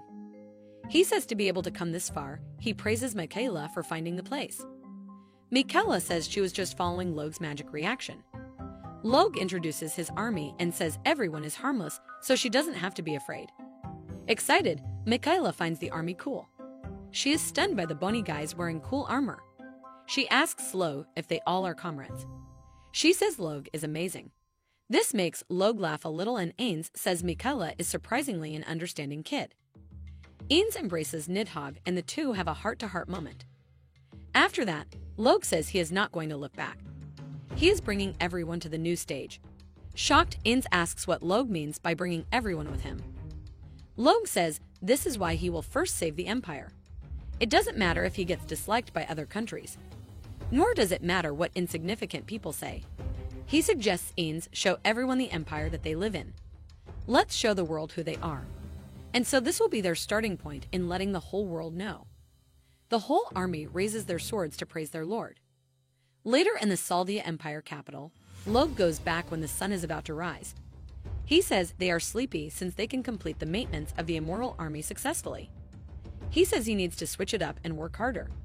Just then, they come across a crowd of people. Log wonders why are there so many people in front of the Ascalon. When he takes a look, it turns out that many people are lying injured. The appraiser, Kalfa, is asking Callum to get some cold water. She asks the receptionist to bring all the towels and potions she can find from the warehouse. Log is a little shocked to see Kalfa working like this. Kalfa asks everyone to help them out if they are free. Michaela is requested to come to the intensive care unit to treat the people. Someone calls Lo from behind. When Log turns around, he is shocked to see Gran and Lugardo lying on the floor all injured. Lugardo asks Log if this looks bad. Kalfa asks Lugardo if he is okay. She is glad that he woke up. Gran laughs and tells Lee that to think he will be in this state after joining his first night mission. Log asks Gran not to tell him that this is all because of the D rank request that everyone was dispatched to yesterday. Kalfa questions Log about the D rank. She says this injury is caused by magic. She says she has never heard of a D rank goblins or orcs that's able to use magic. Gran says to make things worse, the healers from each team were fatally injured. They are currently receiving intensive treatment inside the guild. He says how can he call himself a leader when he can't even protect his members? Lugardo says this is partly why all 12 teams were wiped out. Kalfa asks if the lower rank monsters knew that if they incapacitated the healers, the parties would fall apart. Log says it seems like that. Kalfa is very worried as this happened at a time like this. Log hears this and asks Kalfa if something happened. Kalfa says the fact is Lucella's secret coronation was scheduled to be held tomorrow. Just then the receptionist comes out crying saying that this is all her fault that this happened. The requests all mentioned, they all just came out of nowhere. She should have realized something was wrong and put a stop to it. Kalfa tries to calm down the receptionist while Log questions about the requests coming out of nowhere. He wonders if it is teleportation magic. Kalfa says that's a magic circle that can move a large number of monsters. She questions if that is even possible. In says it is not possible for the likes of humans, but it is achievable in theory. Teleportation magic can be made possible by setting up magic circles in at least 2 locations. Between the teleportation magic circles, metaphorically speaking, she will need to use magic to form something like a tunnel. To multiply that, a considerable amount of magic and manipulation skill is required for the task, hence it is very difficult for humans. Log asks if it is Ins, how many teleportation magic circles can she set up? Ins responds saying probably 3. She thinks, though, it is just enough for several people to pass through. Then he can't use it to move Log's immortal army. Nidhogg agrees with Ines as the immortal army is too large. Ines adds to her conversation and questions that if one can send hundreds or thousands of troops out to suddenly appear from nowhere and set up an ambush, won't it be easy to form a group strategy? Log lets Ines know that this is enough information. He says for this reason, the adventurers from Askelon were wiped out. He asks to let go of the sky. With that, Ines takes Log to the sky. Log apologizes to Ines for having to fly because of him. But Ines clarifies that this is no bother at all. She says she can do this much without needing Log's help. Nidhogg asks Log what are they doing in the sky above the Empire. Log responds saying this is just his speculation, but he thinks the enemy's magic is targeting everyone in the Empire. Ines asks if this could be someone like Voidmerker. Log replies saying it is possible, but whoever did this must have been preparing way before he arrived. He uses the anti-teleportation magic, geometry, and everyone is shocked to see what lies down in the capital. It turns out there are 5 teleportation magic circles all connected. A crisis is approaching the Empire soon. After reaffirming his bond with the Immortal Army, they return to the guild Askelon. There, they witnessed many adventurers who were injured due to the monster subjugation mission. Hence, they flew into the sky to find the cause. To their surprise, Log, Nidhogg, and Ines see 5 massive teleportation magic circles this far. Nidhogg says the enemy is quite bold to make the teleportation circles of such a massive size. Ines asks Log was it thanks to his magic the magic circles are now visible. Log replies saying this is the anti-teleportation magic, geometry. This allows them to know the locations of the teleportation magic circles. Log adds that he learned it by accident when he tried to imitate Ines' teleportation magic. Maybe it is because when he was young, he felt lonely whenever Ines suddenly disappeared. Before he knew it, he was able to probe around Ines' teleportation magic circle. Ines says she thinks this is far more advanced than the teleportation magic. 5 teleportation magic circles with the capital as its center seem to match the locations of the monster subjugation requests. Askelon's adventurers were monsters that appeared from these. She asks if this is how it all went. She says this is impossible. It's not possible for a human being to build such a huge magic circle. Log says this is thanks to the collective power on a national level that they lack. 10 or even hundreds of magicians are directing their powers to these magic circles. The Balra Empire is seriously trying to destroy the Saldia Empire. Nidhogg says the loss of 40% of the Imperial soldiers due to the monster aiming, the destruction and vanishing of the Empire, and now the downfall of Askelon's adventurers. These are preparations for an opposition, so to speak. On the other hand, these large-scale teleportation magic circles cannot last very long. Log says their aim should be a short-term decisive opposition. He thinks it will probably happen tonight. Ines asks Log what he wants to do now. Log says the seniors that he cared very much are injured. He is not that kind-hearted to remain silent like this. He tells Ines and Nidhogg that the next opposition will be the main one. It will be the end if they manage to step into the Empire. Let's crush them completely, so that they won't pull this kind of stunt again. Ines agrees along with Nidhogg, and they decide to help the Empire. After that, they go back to see Kalfa. He tells Kalfa that it looks like things have calmed down a bit. Kalfa says it is all thanks to the healers sent from the cathedral and the thorough treatments by Michaela. She asks Log if he saw something in the sky. Log says Kalfa might already know, but there will be another opposition soon. Kalfa says if it's Balra Empire. She says to think that such a day is finally coming. It reminds her of a time long ago when the Empire was known for invading countries. Balra Empire has a large territory but lacks resources. On the other hand, although their country is not large, they have all the resources they need. So it is completely understandable that they will be aimed at them. Plus, it would have been easy to appease their country's idiotic former emperor. Also, the Imperial Prime Minister, Voidmerker, is a dangerous man. Ever since they opposed together in the human-demon opposition, there were times when he seemed to be consumed by his overwhelming power, abnormally obsessing over strength. Strong rules the weak, and power is justice. Using such lies, he tried to burn down the monsters along with the hostages more than once. He probably improved the Balra Empire's magic technology not for the sake of its people, but rather to showcase his power. Perhaps he already views the Empire as a port of his power. Now that the human-demon opposition is over, and there is no common enemy, it is inevitable for conflict to arise between countries. She doesn't know what else he would do now that he has the power of the Empire. She says just that she has to stop him here. Kalfa says protecting Lucella and the Saldia Empire citizens is her greatest mission. Logue says for Kalfa, this country is something she wants to protect. Kalfa says it would be sad if it were to disappear, as it is everyone's hometown after all.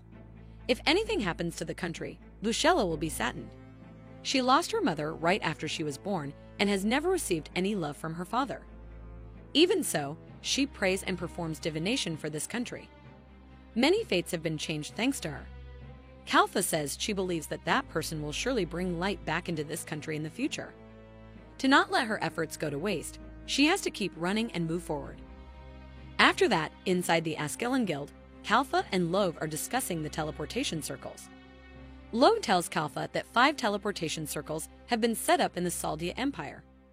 The area around the Saldia Empire is surrounded by magic circles large enough to move a company at a time. He asks Kalfa if she thinks they can somehow manage with the Saldia Empire's military strength. Kalfa replies saying it will be tough even if she includes all the remaining Imperial soldiers to cover such a wide area. Moreover, on top of not knowing where Void will appear, they need to place Callum and the others who have the greatest strength in the center of the capital. They will be stretched too thin with just all this. As they are discussing, Granz and the rest of the guild members come in and request Kalfa to let them join the force too. Lugardo says they too would like to protect this country. They can't just stay silent like this.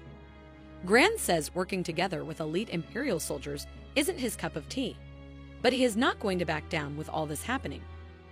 Kalfa is worried and says their bodies are weak. Lugardo says certainly they are not fully recovered. They have the ground advantage and the experience they have gained as adventurers over the years, combined with the magic power of the Empire soldiers, they might be able to stop them somehow. Lugardo apologizes for this pathetic state of theirs, but requests Kalfa to let them use them as much as she wants. Kalfa says if they can rely on experienced adventurers in the previous monsters mopping up operations, the results could have been significantly different. She apologizes to the adventurers for pushing them. She asks them to lend them their strength. She asks Callum to assemble the Imperial soldiers in front of the guild now. Lugardo says if they have Logue, they will have a force worth 100 people. Surely they can overcome any aim that occurs tonight. Logue says he has to take an SSS rank promotion exam recommended by Balra Empire's Void. Shocked, Lugardo and Granz ask what is Logue even saying. They say it is a trap. Logue says this is why they will aim tonight. Kalfa says she is sure the Balra Empire would like to keep Logue away from the capital because Logue has the power to destroy the Balra Empire's large teleportation magic circles. Kalfa says the flow of the plan is, first, as planned by the Balra Empire, Logue will head to the SSS rank promotion exam. Then they will lure out Void and the others who don't know that they are aware of the teleportation magic circles. They will hold them back until all forces have teleported over. After that, as soon as Void's location is known, Logue will rush in. Finally, they will destroy the teleportation magic circles. And together, they will oppose it with the Balra Empire. Logue comments that the schedule seems to be quite tough. Kalfa apologizes, saying she ended up relying on Logue in the end. Lugardo is worried after hearing that they will have to hold them back while Logue is away. Granz finds this pathetic. Just then, Michaela rushes towards Logue and embraces him. She tells Logue that she successfully finished treating everyone. She also managed to tweak their magic flow a little, so everyone is back on track. Logue praises Michaela for her great work. He tells her that today will probably be a tough day. Since it is dangerous, he wasn't here to stay here, but if anyone is hurt, please give them a hand. Michaela agrees as always. Callum lets Michaela know that they will be here. Logue decides to leave Michaela under Callum's care. Kalfa apologizes to Logue. She says she knows she has requested several unreasonable things, but she asks if he can do all of them. Logue agrees as if it is nothing.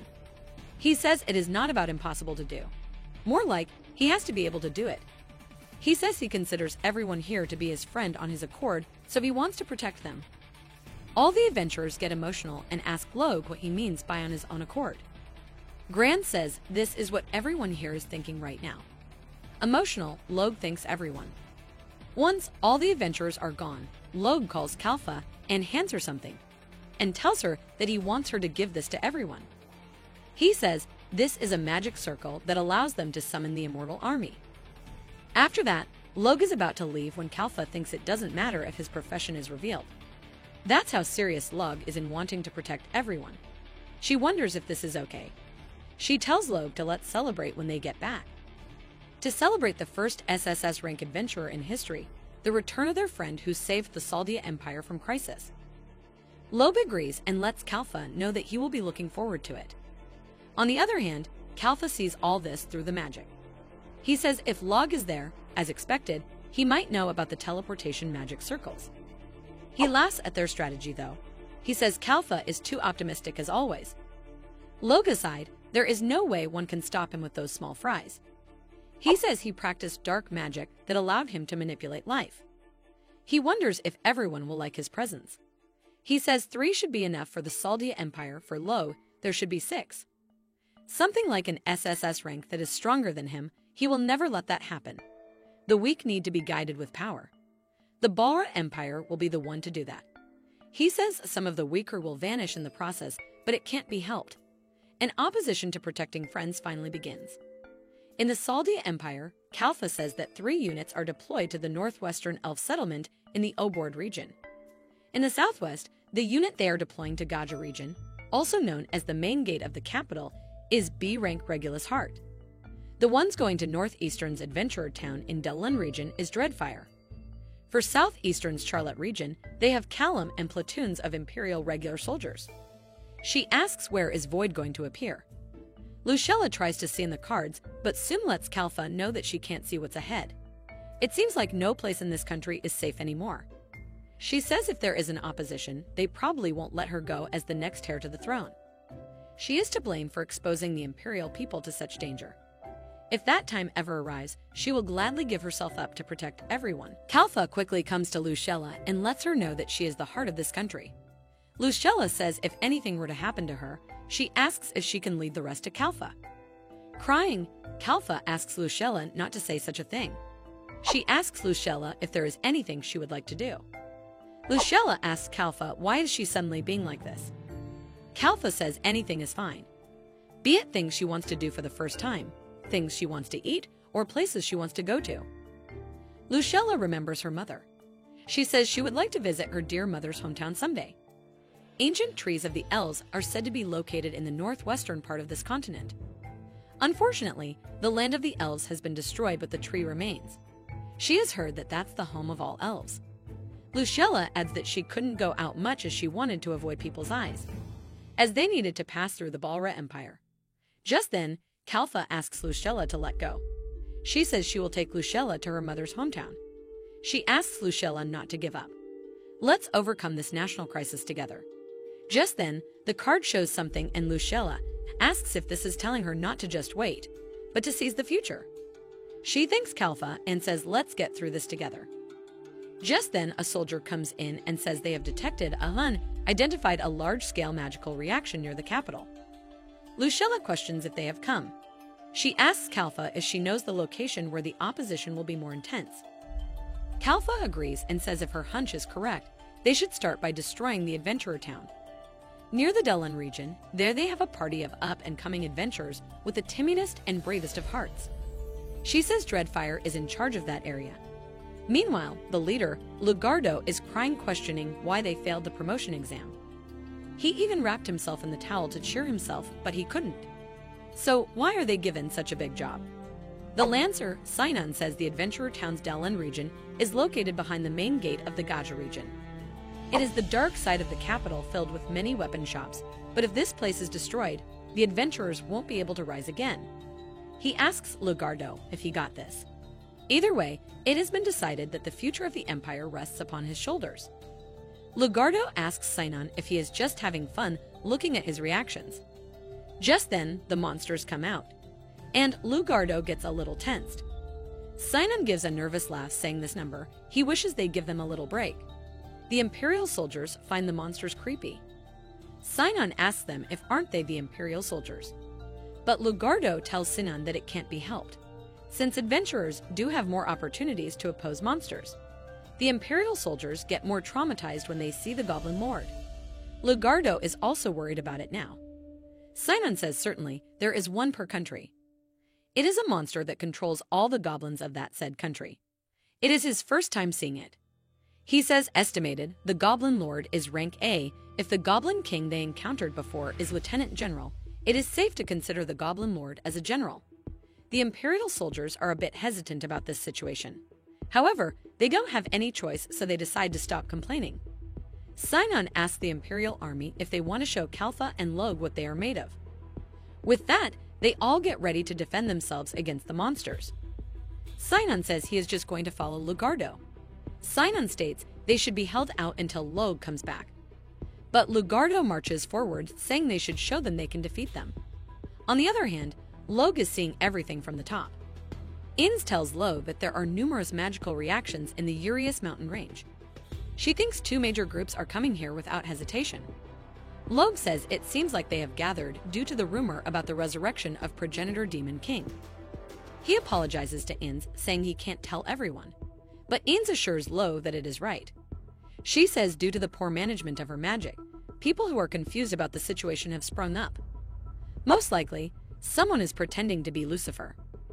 A mid-level small fry with 4 three-headed dogs Cerberus. Beneath the flame spirit, there are about a dozen trolls.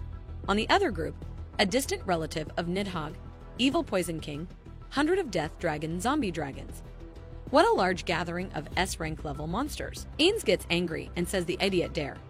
Not only is he wickedly pretending to be Lucifer to make an enemy out of Log, there is only vanishing for such fools. There is no mercy for them. Hogg says if they dare stand in the way of his lord while clinging to their false images, he will just slaughter them even if they are his kind. There is no such thing as mercy. Log agrees, saying this is true. SS of rank promotion exam, even though it is void strategy. Either way, the monsters are a threat to the Saldia Empire. Someone has to come forward and stop it. He asks Inns and Nidhogg to let's do this. The two agree, and with that, Log uses the Necromancer pledge release. Nidhogg comes back to his big gigantic form, stating as he thought, his strength is surging up in this body. Inns also decides to give their enemies a literal hell. She marches forward, stating witness the power of a true Lucifer. Log looks at them, thinking he will leave this to the both of them. As they are flying across the sky, Nidhogg gives out the flame. Shocked, Inns tells Nidhogg that his flame is wild as always. She says she gets that he is excited about his first opposition in a while. The monsters wandering across the mountain range seem like they are panicking over their magic power. Inns spots the leader of the group and says he is going to vanish soon. She wonders if that demon is different from that small fry from a few years ago. Come to think of it, she thinks she has already vanished from him. She asks if he came here next to make a name for himself. She finds it brave and foolish at the same time, as he will vanish soon. As she is flying, she spots some more monsters and wonders why are there Cerberus who are known for being loyal bowing their heads to the fakes. She says the answer is simple. It is because they just haven't met the true Lucifer. With that, she uses her magic and prostrate themselves. With that, the Cerberus bow down, which makes Inns wonder that they are surprisingly good kids. There is a naughty one over there. The fake Lucifer gets angry as he says to thinks that that woman should appear of all places.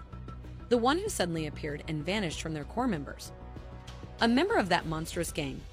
How useless is that bunch of DJs? Can't they at least buy him some time? He asks Ifrit to run as fast as possible, or else. Inns interrupts the fake Lucifer and asks what is there to be anxious about. She asks if he is Lucifer, isn't he? The real Lucifer, Inn finally descends on the ground. The fake Lucifer says to deceive everyone as Lucifer when it is strictly forbidden to bring that very name into disrepute. Inn says surely she has firmly explained it to him before, hasn't she? Fake? The fake Lucifer thinks just as he expected this woman is the true Lucifer. She says isn't Lucifer a title one can't claim to be unless they have the appropriate strength. He thinks things like being a member of that monstrous gang who crazily beat the hell out of their core members and dashed back home. That is who that woman is. What's worse, the 7 sages of the world have appeared. He says they are screwed. Inn says Lucifer should simply be a symbol of awe and fear, or a symbol for humans and demons to coexist. It shouldn't be used to make humans and demons oppose each other. Still, the name Lucifer is being used as such, and she wonders why. The fake Lucifer thinks about the intimidating feeling at this distance. He gets afraid and says he is not going to face her all by himself. He suggests temporarily retreating from here. Inns asks if he knows the other reasons as to why it is prohibited to deceive people like Lucifer. She answers her question saying it is because small fries like him will get carried away. Angry, the fake Lucifer asks Ifrit to burn Inns until she vanishes. But before Ifrit can do anything, Inns uses her destruction magic, a black hole that shocks the fake. He says the magic that is exclusively for those who bear the name Demon King. He asks why is she using this. Inns says it is getting unbearable how slow-witted he is. Inns apologizes for the late introduction. She says she has returned to this world as a faithful servant of the necromancer, Logue. She says her name is Inns Lucifer. This shocks the fake Lucifer as he realizes who is he trying to oppose. He doesn't want to believe it and says that Inns is lying. He says, who would believe such a lie? If that is the case, why would she aim the Demon King's army at that time? He asks Ifrit to fire attribute enchantment magic, Phoenix. Inns realizes that the fake one is from the Phoenix bloodline. The fake one agrees saying his name is Agurata Phoenix. He says he is the man who is going to defeat and capture this weak Saldia Empire and become the next Demon King. Inns asks if that is what he is planning to do.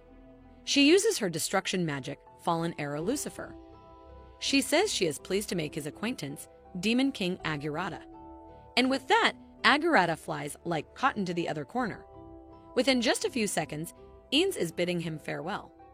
She says it was adorable watching him struggle, but to destroy the home that Logue has finally found is a sin. Now 10, she would like to go to where Logue is, but let's clean up the small fries that is scouting around first. She says she can't have these small fries bothering him now, since that is what they are here for. On the other hand, Logue climbs the tree and finds something good. It turns out to be 3 trolls.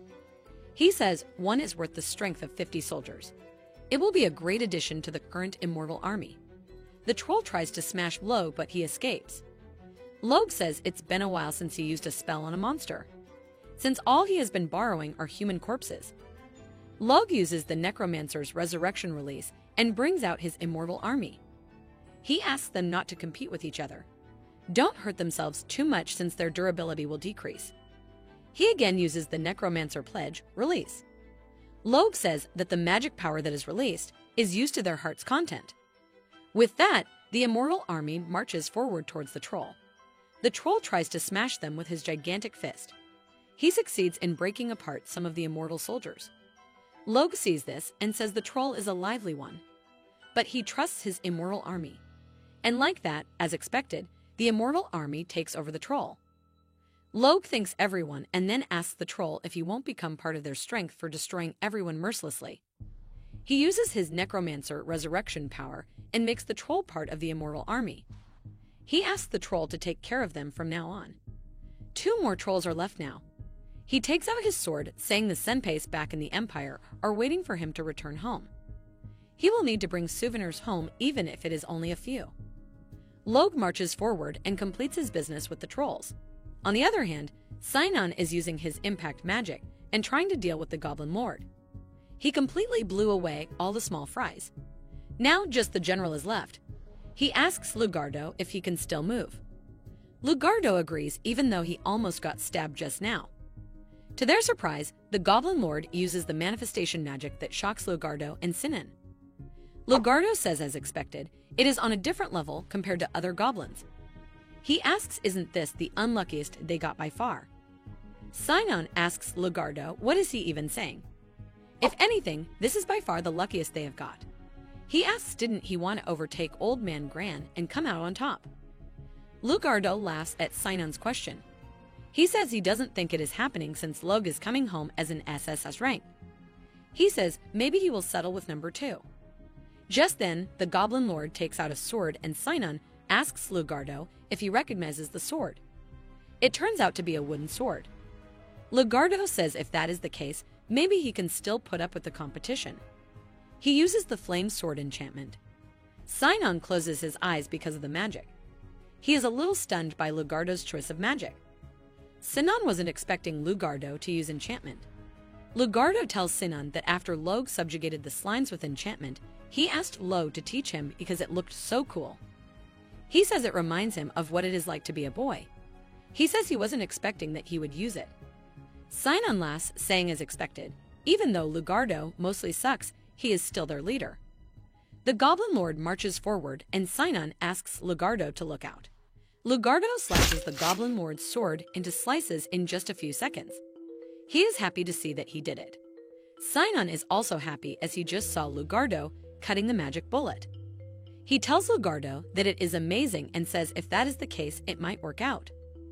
Lugardo says as he thought that the wooden sword is the sword used by the leader Arsenal, the missing C-rank party. It is the same sword that was discovered on the 11th floor of Delaware Valley.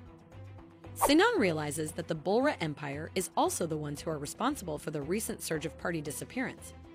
Be it Arsenal or Desperado, they are the perfect example of being their empire's front-like adventurers.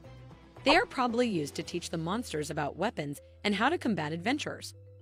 Sinan wonders how can the Bulra Empire do such a nasty thing. Lugardo says Arsenal's leader was a user of wind attribute magic. Sinan adds that the wooden sword that goes well with it was further strengthened by infusing wind attribute magic and the flow of ley lines into it. However, if someone were to use it without knowing this, it is just a wooden sword. Sinan says that is why the flame enchantment is useful in this case. The Goblin Lord marches forward and slashes the sword that's remaining at Lugardo so quickly that he doesn't get to do much. Sinan saves Lugardo from the aim and asks if he is okay. Lugardo says breaking through from the front is quite difficult and Sinan agrees. Lugardo asks Sinan to help distract the Goblin Lord for just 30 seconds. He says he is going to use all his magic power here and now. Sinan comments that Lugardo is surprisingly a slave driver. He agrees to distract the Goblin Lord for a few seconds. He marches forward and aims at the Goblin Lord directly, and realizes that his suspicion was right. Physical aiming doesn't work here. The Goblin Lord holds Sinan in his fist and faces him. He is trying to smash Sinan when Lugardo comes from behind and beats the goblin. This way, Sinan is saved. Lugardo then uses the fire attribute enchantment, Crimson Flare. He says that is not something the goblin can trifle with. And like that, Lugardo finally succeeds in defeating the Goblin Lord. The Imperial army is in shock to see what Lugardo just did. One of the soldiers quickly goes to Lucella and Kalfa and lets them know that in Delun region, where large-scale opposition has taken place, they have confirmed the defeat of an A+ grade Goblin Lord by 2 members of Dreadfire. Even the main gate of the royal capital in the Gaja region, led by Regulus Hart. It appears that 13 Minotaurs and 80% of the lower-ranked goblins have been wiped out. Currently, with Regulus Hart as the center, an attempt is being made to destroy the teleportation magic circle. Lucella is happy to hear this. She says, let's rejoice that everyone is safe for now. Kalfa agrees and asks the soldiers about the situation in other oppositions. The soldier says that at the place where monsters appear, there seem to be many reports of victories at each of the 5 teleportation magic circles. However, every unit is covered in injuries. Hence, it is unlikely that they can provide support for other regions. This makes Lucella and Kalfa a bit worried. Lucella says for the opposition to end like this, such a thing would be too good to be true. Kalfa is thinking something when another soldier comes in and lets Kalfa know that he has another report. He says in each region where each magic circle is located, again, there are multiple, unknown high-level energy of the magical reaction. On the other hand, Sinan is praising Lugardo for his work. Lugardo laughs, saying he kind of feels embarrassed. Sinan assures Lugardo that he did a great job in defeating the Goblin Lord. Lugardo thanks Sinan too for his hard work. He also thanks the regular soldiers. He says they couldn't have made it through without them. The soldiers say they underestimated the power of Dreadfire. He says that the adventurers are the true warriors of this empire. This makes Sinan and Lugardo laugh hard. Lugardo suggests going to the Ascalon when this all is over and partying hard. Just then, someone comes from behind and asks where they think all this money will come from. It turns out to be the Bulra Empire's mastermind. He says he would like to go as well. Sinan and Lugardo get attentive and ask Kalfa who he is. They ask what brings him here. Sinan says he doesn't seem to be from their empire. The evil guy apologizes and says he overheard the name of an acquaintance so unintentionally. Lugardo asks if he knows Kalfa or if is he her friend. The Balra Empire's evil man agrees and assures Lugardo that he won't be trying anything clever. Meanwhile, Nidhogg, Inns, and Log finally end the test. They meet each other and Log praises Inns and Nidhogg for their work. He asks how it all went. Nidhogg laughs, saying there is nothing that will interest him anymore. He has sliced all the zombie dragons and Vritro with his dragon breath. Log says that it's been a while since he has seen the original dragon breath. He says he wants to see it live, only that Nidhogg's firepower was crude as usual. It gave off a burning smell.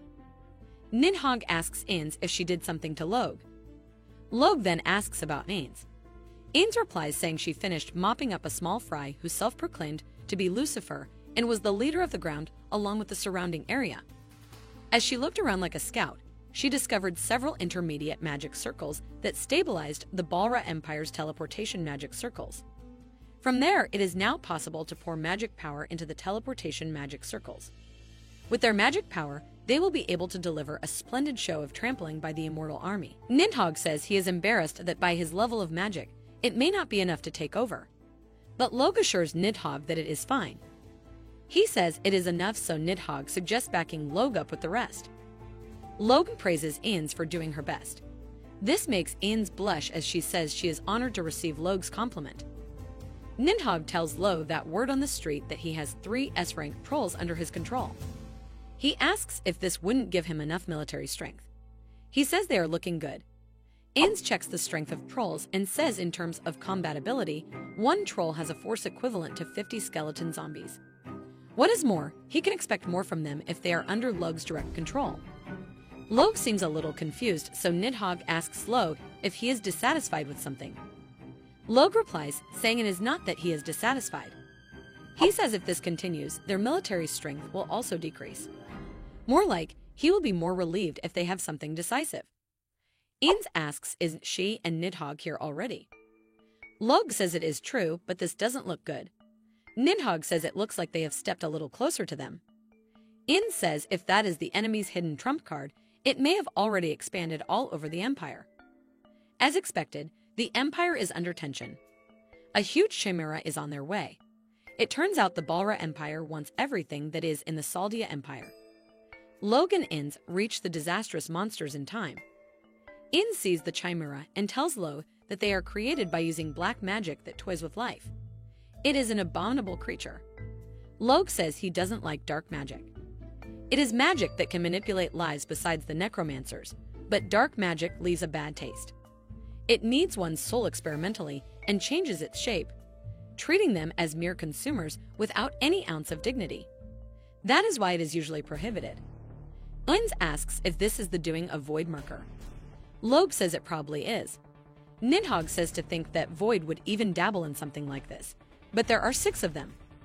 He says be it the magic circles or the Balra Empire, they sure are a sincere bunch. Inns tells Log that this thing is immortal due to its combined lives. She says it is nice that they are suitable to be a part of them. This excites Log as well. He asks Ein and Nidhogg along with the rest of his army to vanish all the monsters until their blood runs cold. On the other hand, the people in the Empire are in a state of shock. They don't know what is Chimera doing here. They question what is happening. Granz looks at Chimera while the rest question what is. They have never seen such a monster. Void tells Lugardo and Sinan that the monster is a Chimera. He created it using the dark magic. He asks if the Chimera is cute. Shocked, Lugardo asks Void if he is being serious. Sinan tells Lugardo that he gets what he is trying to say. Void is crazy. Void says while he was transferring them here, he also sent in sorcerers and additional forces. He laughs, saying it looks like there is no chance Lugardo is going to win. Sinan realizes and says as expected that Void seems to be someone from the Balra Empire. Lugardo realizes it is Void from the red hair. Before he could say, Void decided to give in his late introduction. He says he is the Prime Minister of the Balra Empire and also one of the 7 sages of the world, Voidmurker. Lugardo laughs out loud because of nervousness, while Sinan wonders if that means they are right in the middle of the last boss. They are out of luck after all. Void says he is pleased to make their acquaintance. He tells Lugardo and the rest that they are weaker than him. He asks them to be good and get along with the Balra Empire. This makes Lugardo angry, who asks Void to stop screwing with them. Sinon also asks Void to hurry up and go back home. Lugardo lets Sinon know that it is going to be a series of opposition and asks if he is alright with this. But Sinon is all ready to get going. Void sees this and says it is sad to hear such a thing from Lugardo and Sinon. With that, he marches forward toward Lugardo and Sinon. Lugardo and Sinon try to defend themselves. Lugardo uses the snake, Fang. He thinks that he caught Void, but turns out nothing happened to Void. When the dust calms down, Void is standing as he was before all this, calling Lugardo weak. He asks Lugardo if he can't grab the overwhelming difference between their power. Shocked, Lugardo and Sinon look at Void as if they have seen a ghost. Void calls them pathetic and uses his magic. On the other hand, Gran is going through the Chimera phase as well. They know that this is bad. At this rate, the town will be destroyed. Gran orders everyone to do anything to stop the Chimera. They absolutely cannot let it go through the wall. Lugardo and Sinon are also in a tight state now.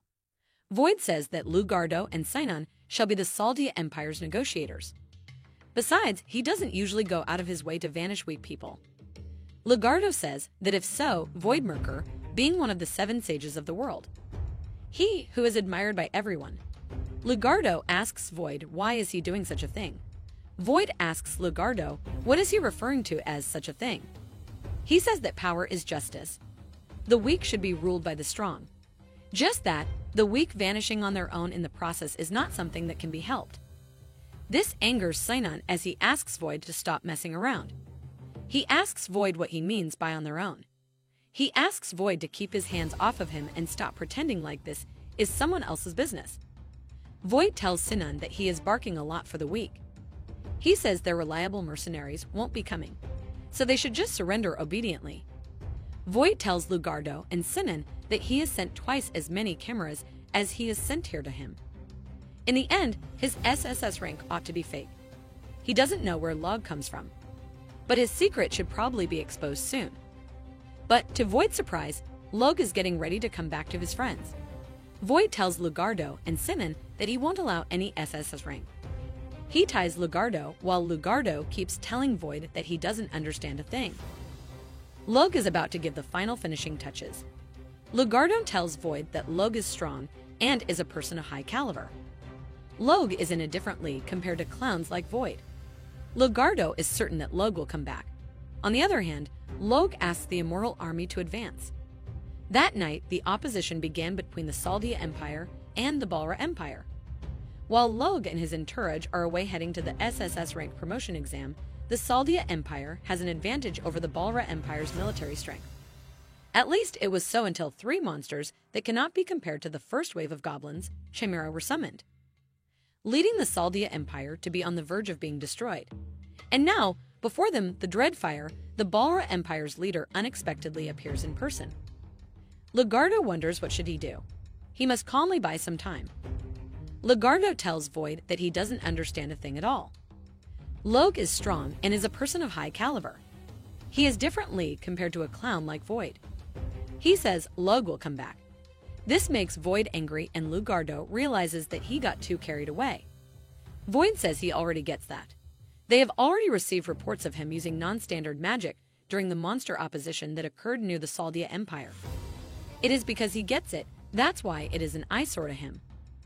Log is the most disturbing experience Void has ever come across. But no matter how strong he is, he shouldn't be as strong as Void. An S-rank demon army adding on 6 chimeras that surpass them. It is them who could surpass even Void when combined. He says he is sure vanishing Log is not a problem. That's why hearing Lugardo and Sinon spouting nonsense like he is coming back is very unpleasant. He says he can't let this go after all. With that, Void uses some black flame and vanishes the Immortal Army in that place. Void then says he has dedicated this victory to the Lord of the Balra Empire. He uses the accumulated explosion magic, Great Cursed Flame, and Apocalypse. Shocked, Lugardo asks Sinon to stay away from the black flame. It is not ordinary magic. The soul itself is getting burned. The soldiers are trying to get rid of the black flame, but they can't put it out. Lugardo and Sinon are shocked to see the soldiers struggling to put off the fire. Void says he has combined the SS ranks integration magic with dark magic, although the scale is quite high. By linking the Gauntlet's crystal with the Imperial Magicians, he can borrow their power a little and activate it. He says it is a wonderful technique. On the other hand, Granz and his group are worried as the Chimera is crashing into the wall. Void tells Lugardo and Sinon that they are all going to vanish, and asks them to regret for cutting him off with such a meaningless insult, and feels the mightiness of his power. Meanwhile, Logue is excited to see that the magic circle is connected. It turns out that Og is back from the test. Lugardo is stunned to see Logue alive, but happy at the same time. Nidhogg laughs, saying they are doing it the flashily. Logue praises Ines for her amazing job, and he apologizes to Lugardo for the wait. He says that the unseemingly Log Kusal has passed the promotion exam and now returns as an SSS rank. Lugardo gets excited and relieved to see Logue, while Void is shocked and terrified at the same time. He tells Logue that it appears that Logue is doing quite well. Logue thanks Void and tells him that Void seems to be doing well too, but somehow he looks a little pale today. Void says he would like to prevent any more irregularities from happening. He activates the teleportation magic and calls the comrades of the Balra Empire and the dogs from the Saldia Empire to wipe out Logue. He says no matter who it is, but those who trample on their plans are wrong. But just then, Void gets another shock. He wonders what is going on, as there should be additional forces coming. He questions what is the meaning of this. The Immortal Army comes out while Void tries to make all the lower-ranking creatures surrender to him and be part of the Balra Empire. Void isn't able to understand what is happening, so Ines helps him out. She tells Void that all his teleportation magic circles have already become the property of Logue. She calls Void a fool for thinking he could defeat Logue. Logue asks Ines not to be rude when she meets someone for the first time. Ines apologizes to Logue, saying Void is too stupid. Logue reminds Ines of what he just said. He asks Ines to do other than that. So Ines abides by his lord and uses her destruction magic, Shadow Rip. Lugardo and Sinon are shocked to see what just happened. They are all free from the ties of Void. Lugardo and Sinon thank Ines for her help, but Ines says this was Logue's order. Logue says he wasn't to help his senpais in any way possible. He apologizes for being late. He tells Lugardo that he held out well even though he was in such a worn-out state. Logue thanks Lugardo once more and asks him to leave the rest to him. Lugardo agrees, and Sinon tells Logue that they will leave the rest to him. Logue thanks Void, as because of his recommendation, he was able to become an SSS rank adventurer. He asks Void what is he doing in his friend's country. He asks Void what is he trying to pray. That SSS rank adventurer finally makes a grand return. Logue asks Void what is he trying to pull here in his friend's country. Void replies, saying he is helping to clean up the monsters that are aimed at the Saldia Empire. He laughs, saying he is just joking. He knows Logue won't believe that. Void congratulates Logue on his return. He says sometimes there is no point to it. He is certain that he has sent those 6 chimeras to him. He asks how is it that Logue returned unscathed. He finds this unbelievable. He says, why are the chimeras vanishing each other? He says those eyes of chimeras are different from normal, and then this hidden stench. He asks Logue what kind of magic he used. He says if it belongs to an SSS rank, it is more or less dark magic. Ines laughs and tells Void that he is truly a hopeless airhead. Nidhogg says Logue is no longer involved in such a thing. This confuses Void, but Logue clarifies that he used magic. To be exact, it is a necromancer's unique magic, Necromancer Resurrection. He says they defeated the chimeras and then revived them using this magic. The 6 chimeras and the 3 trolls, including skeletons and zombies, a total military strength of approximately 4,000, is the Immortal Army he is leading. As for him being unharmed, it is because he is an SSS rank. Void realizes that he has been played. To think that the monster the Saldia Empire hired was a necromancer, a profession abhorred by many. He realizes that it involved Kaltha's concealment. Lugardo and Sinon are also shocked to realize that Logue is a necromancer. Void says that even the Saldia Empire isn't putting up appearances anymore. He asks Logue how it feels. Logue replies, saying it feels just like before. Void asks if manipulating the country and its people according to his desires. Does it feel good to be the center stage of history? Logue realizes his words just like before. There hasn't been any good necromancer so far, destroying a country with their army of thousands of immortals, reviving only the beautiful women and committing cruelties by using corpses. They are just a bunch of crazy people, implanting life forcefully into a body to use, excluding those who were completely revived. Logue says certainly he is no different from the necromancers before him, but it is a skill given to him. This job is repelled by many. It is what a necromancer does. That is all there to say. Elsewhere, some women and made them serve in kingdoms created by the necromancers themselves. Aren't all decisions made based on one's convenience? Just that is fine. Logue says there are a lot of crazy people out there, like this crazy necromancer who is trying to protect the place of the friend he has finally made, competing with all his might together with his friends. Void says ever since Logue arrived, nothing has been going as planned. He gets angry at Logue and calls him a pest. Inns gets angry and asks Logue to allow her. She says that kind of idea is not worth bothering Logue. It is all to protect their lord's place. Let them compete with all their might. Nidhogg agrees and says he will turn everything into ashes. Void laughs, asking if Ainz and Nidhogg are replicas of those legendary progenitor Demon King and Dragon King. Nidhogg asks Void what would he do if that were the case. Void finds it ridiculous. He takes out his sword. With that, Logue also uses his necromancer's pledge to release and bring out his immortal army. Logue asks the army to aim at Void. The Balra Empire's soldiers get terrified and ask the immortal army to stay away. They use the fire attribute magic, Hellfire, and make the immortal soldiers fly away. This angers the immortal soldiers. The Balra Empire's soldiers try to vanish the immortal soldiers, but soon realize that immortal soldiers are not going to vanish no matter where they use their swords. More and more of them are appearing. This traumatizes them a lot. Void also wonders what is the meaning of this. He is shocked to see that his blow using his specialty, a fire magic enchantment, has no effect on Ainz. He uses the magic Ragnarok, but Ainz is not affected by this at all. Shocked, Void isn't able to comprehend what he has done. He uses the Will-O-Wisp magic, but nothing happens to Ainz. Ainz then uses the black hole magic and calls Void fool. She says Void is so weak that he can't even comprehend the overwhelming difference in their power. This is why idiots are weak. Nidhogg uses his dragon fire and apologizes to Void, stating he unintentionally let out a sigh. In no time, the entire Balra Empire's army vanishes. Void thinks this isn't how it was supposed to be. Logue asks Void if he understands now. He clarifies that Void is no match for them. To have gone so far, he asks Void what is he even trying to achieve. Void says towards the Balra Empire, he has to lead with his power. Injured, Void looks at Logue, stating Void is the strongest. Logue is surprised to see Void's determination. Just then, a Balra Empire soldier comes in and tells Void that a horde of undead has appeared in the Charlotte and Gaja region. No matter how they cut them, they spring back up. It is causing severe damage to the Balra Empire's army. Another soldier comes in and tells Void that those chimeras are aiming at their allies. They really can't keep up with them. They say without Void's help, they are at a disadvantage in all regions. They can't handle the S-rank trolls in a Gaja region. Rather than that, this should come first.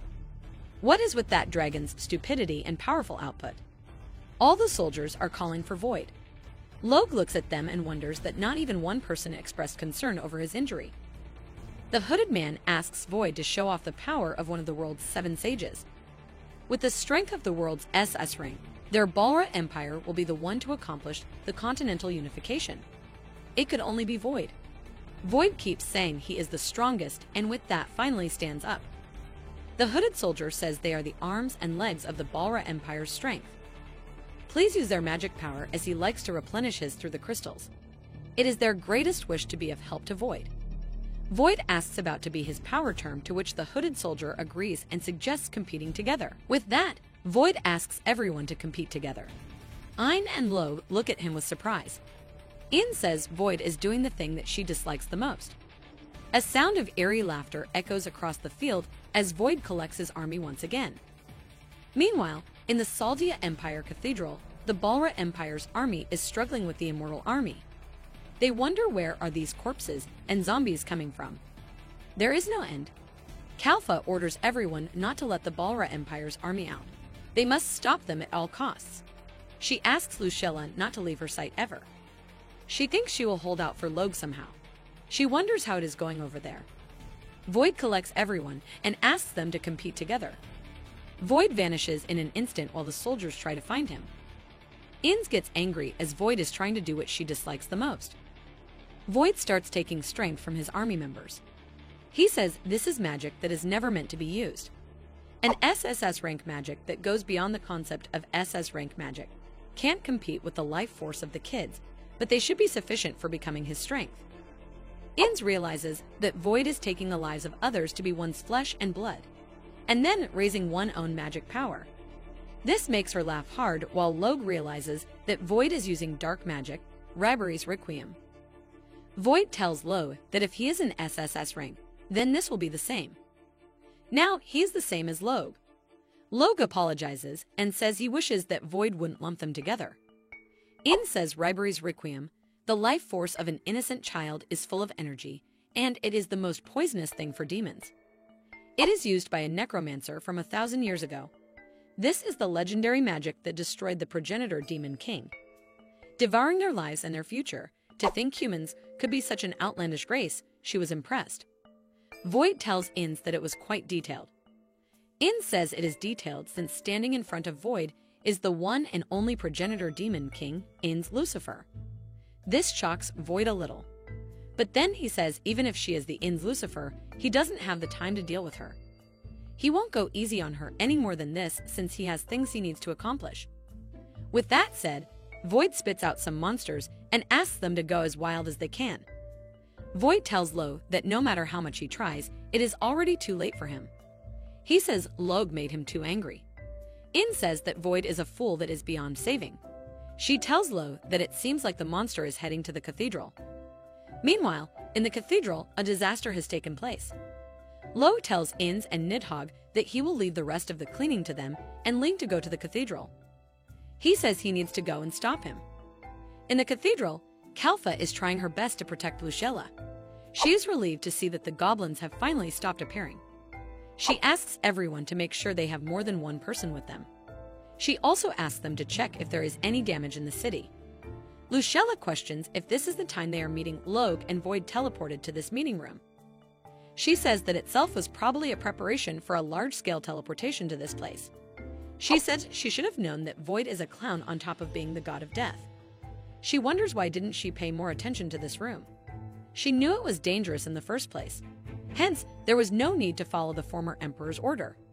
She wonders what kind of Saldia Empire princess is she when she can't even protect this one room. Kalfa tells Lucella that Logue, who is the strongest, is currently competing for this country. She heard that part of it is due to her sincere attitude. She says the same goes for her. It is because Lucella is the princess that even though all the soldiers are scared of the decisive opposition ahead, they stay to compete for the future. Kalfa says because of Lucella's existence, this country has already been saved many times. She asks Lucella to lead the trouble to them. She says Lucella is amazing and all she needs to do is sit on this majestic throne. But Lucella says she feels like an idiot. Kalfa says that wasn't her intention. With that, the two girls laugh about it. Lucella thanks Kalfa for being loyal to her. She says she has been giving up over and over again. She apologizes to Kalfa for troubling her. She says she is happy to be at Lucella's side. Just then, Void comes in. He looks at the girl, stating it seems like they are having fun. He asks to let him join as well. Kalfa quickly tries to save Lucella from Void as she realizes that something is wrong. She checks Void's strength and finds out that his strength has been doubled. She is shocked to see that he broke through the level cap. She asks Void what he did. Void replies saying he didn't mean to come here. He says it is all her fault. He says even though he was trying to use the adventurers as part of the negotiation with the Saldia Empire, she kept resisting in vain. In order not to cause panic among the people, he wanted to negotiate without taking Lucella's head, even though he thought of bringing them in peace under the Balra Empire. This angers Kalfa. She tells Void that all he has done up until now is not peaceful at all. Void asks Kalfa not to get mad. He says That is why he hasn't been here until now. He has stopped the goblins from appearing too. But he can't wait anymore. Since it has come to this, he will negotiate directly with Lucella. He holds Lucella and asks if she won't give her the country. He uses the mental magic on her. Kalfa tries to stop Lucella. Lucella tells Void that she won't let him his way. She orders Kalfa to go and let everyone know that Void vanished Lucella, the princess of the Saldia Empire, the people, and also the other countries. She says her way of life involves taking action to protect her homeland. If this helps save the country, it will be her greatest pleasure. Also, everyone is putting their lives on the line. She, too, would like to do something heroic at least once. She takes out a small sharp tool which terrifies Kalfa. With that, Lucella lets Void know that the whole world will become his enemy. She asks Void to prepare himself. Void holds Lucella's hand and asks her to do as she pleases. He slices Lucella in front of Kalfa. Void says no matter what, he is the strongest. Kalfa runs towards Lucella, calling her name, while Void says the world should obediently be ruled by the strong. Praise the strong, beg the strong, and obey the strong. The strong should be loved by all. Lucella lies lifelessly on the ground and Kalfa looks at her shocked. With no choice left, Kalfa takes out her sword and apologizes to Lucella, saying she can't stay calm like this anymore. Seeing her own master vanish in front of her, she can't leave her alone. She says she will protect this country. She stands in front of Void to protect her master's feelings amid despair. Kalfa decides to protect this country. Void looks at her and laughs, asking if she is bad at competing. He says he is sure he knows whose shoulder she would use in this situation. If it is Kalfa, who has intelligence. Kalfa uses the water attribute magic, Leviathan. After that, she uses the recovery skill, Heal Web. She says her recovery skills can only give Lucella a sense of relief. Void gets angry and uses the flame magic enchantment at Kalfa. Kalfa defends herself by using the Levia Magia, a water attribute magic enchantment. But Void's magic is strong and affects Kalfa. Void looks at Kalfa, stating he was going easy on her because of being old friends. He asks her not to get too excited. Kalfa apologizes to Lucella, stating all she can do is slow down the deterioration of her condition. Void tells Kalfa that she is struggling in vain and asks her to stop making extra efforts. Kalfa wonders what Void means by time like this. Void says to think that Kalfa would use enchantment. He asks if she is being okay.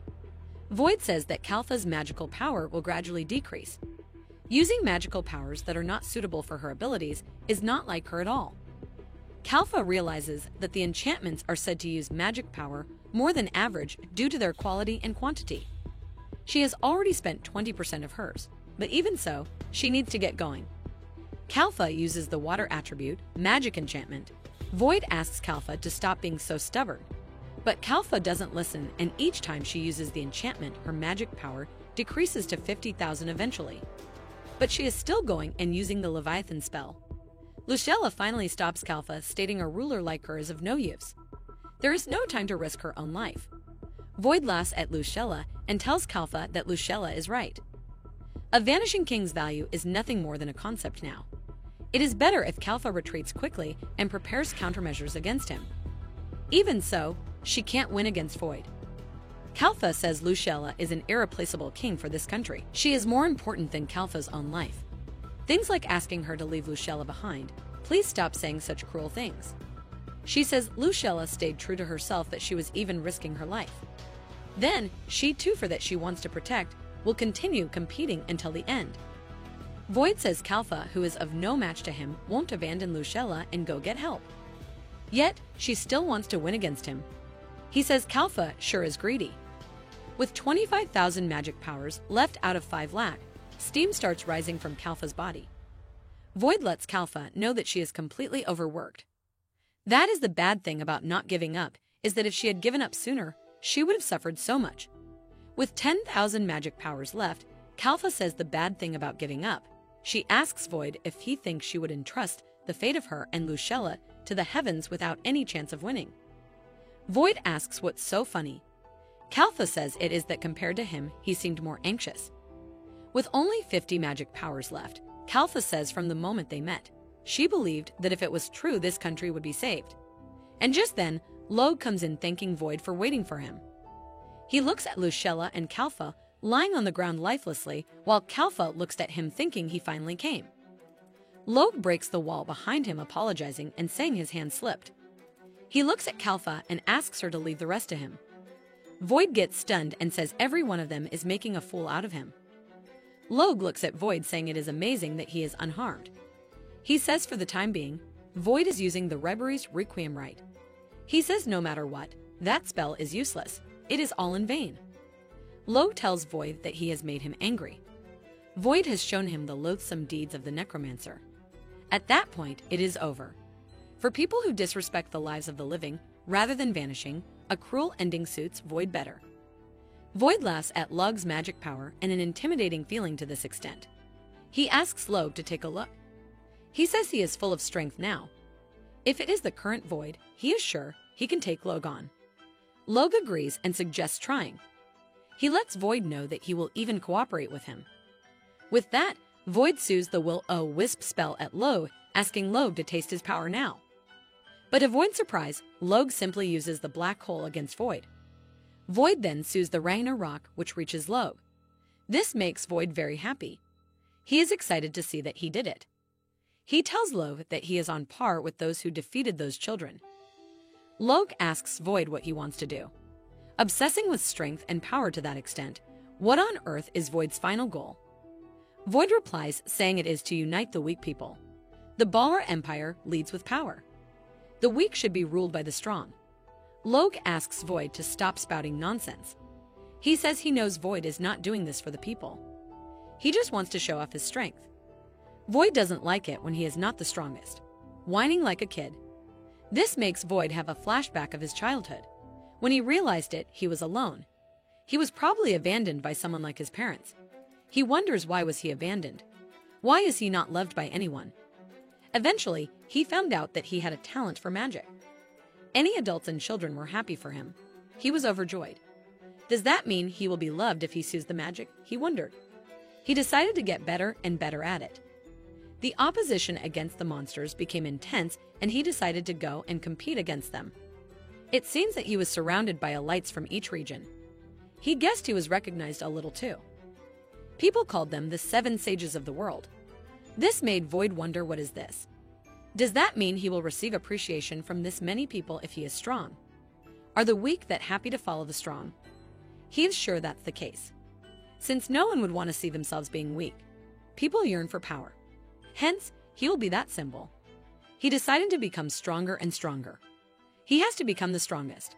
If he is not loved by everyone, it is okay. Everyone will love him if he is strong. Strength is everything, and that is everything to him. Logue is a little surprised to hear that strength is everything. He asks if, for that purpose, Void injured so many people. Strength that's just for the sake of showing off is meaningless. Logue says he doesn't want that kind of power. But Void gets angry and asks Logue to shut up. He questions Logue about what he even knows. With that, Void uses the flame magic, Fire Dragon's Breath. Logue laughs at the spell and tells Void that let him show what the real dragon is. Logue uses the dragon attribute magic, Dragon King's Breath. Void gets stunned by this magic. He thinks about fire, water, earth, and wind, a natural enemy of all 4 basic attributes that are wielded by people. To think a human could use that is insane. Logue says he learned this magic from Nidhogg. Void asks if Logue likes fairy tales. He says when he was young, he often heard about them at the faculty. If the progenitor demon king trains her demons up, not even a soul will be able to go to heaven. She holds the threads of being vanished. So if one doesn't sleep, the demon king will come and take the soul. He says he can still compete if it is the current him. Logue repeats Void's words about Ains holding the thread of having vanished and remembering something. He uses the destruction magic, a thread of the afterlife, ardent Hades, and lets Void know that he learned this from Ains. He thanks Void for reminding him. Shocked, Void wonders if this is for real. He questions if necromancers have this power. He questions what is this guy. A large army of corpses comes out of nowhere and stands beside Logue. Shocked, Void cries and asks Logue who has so much power, and what he even knows. He says he was always alone. He asks Logue if he knows how it feels. Logue says all alone, abandoned by their parents and trapped in a facility in some unknown country. Power is what he needed to live like him. The corpse comes close to Void to take him when Void says if he is strong enough, he will be loved by everyone and everywhere. He tells Logue that he won't understand this while he is completely taken by the corpses. Logue says he gets it, but this is too much. Void. This stops Void from trying to struggle. The corpses leave Void on Logue's order. Void cries, saying this is no good. He needs to be strong. He has to be the strongest. He asks everyone not to leave him behind. Don't leave him alone. As expected, no one loves him. Even though being strong is his only worth, even though it is his everything.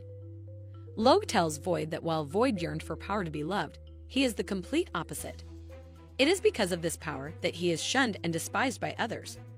He says he was alone for a long time. That's why he wanted to conceal it. Hence, he came to this country. Too much power will bring out destruction. If he had taken a wrong step, he might have ended like Void. But he was able to move forward without getting lost.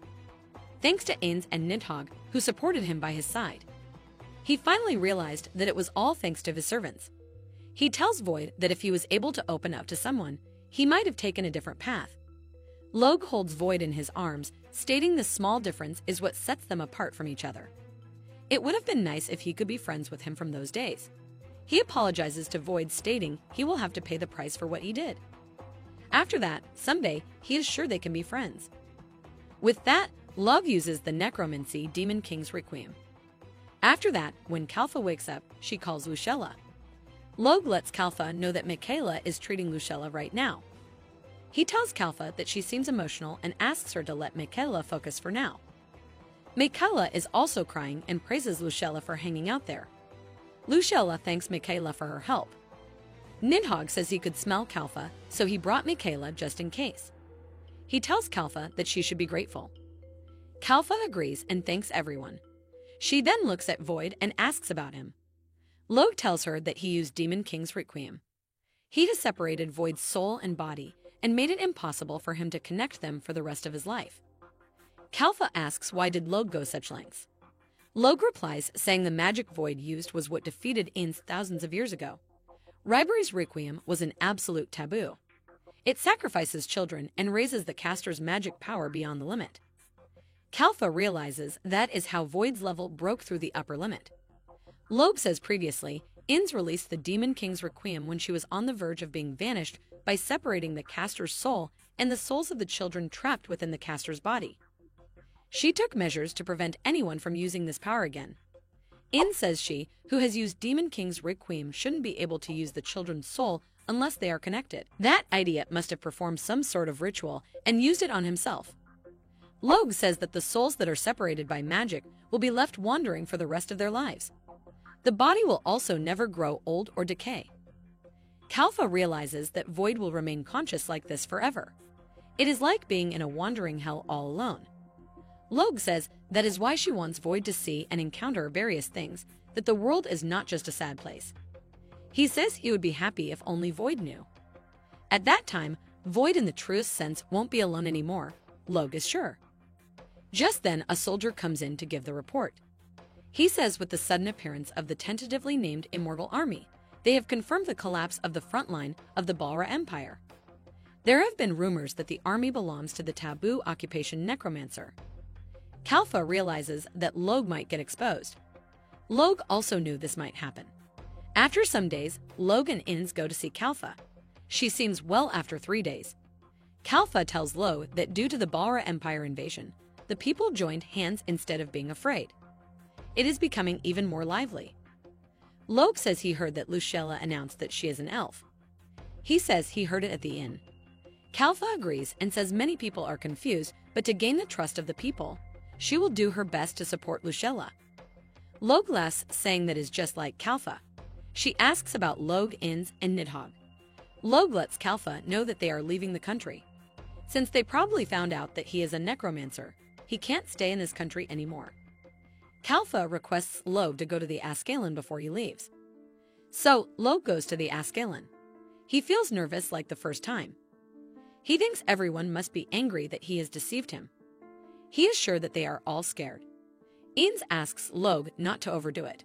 When push comes to shove, it would probably be best to just leave. Nidhogg says that the concealment will continue as long as Kalfa is alive. Even if Log chooses to start over in a new place, they will be together until the end. Log thanks Ains and Nidhogg for their support. He says before he got scared and ran away.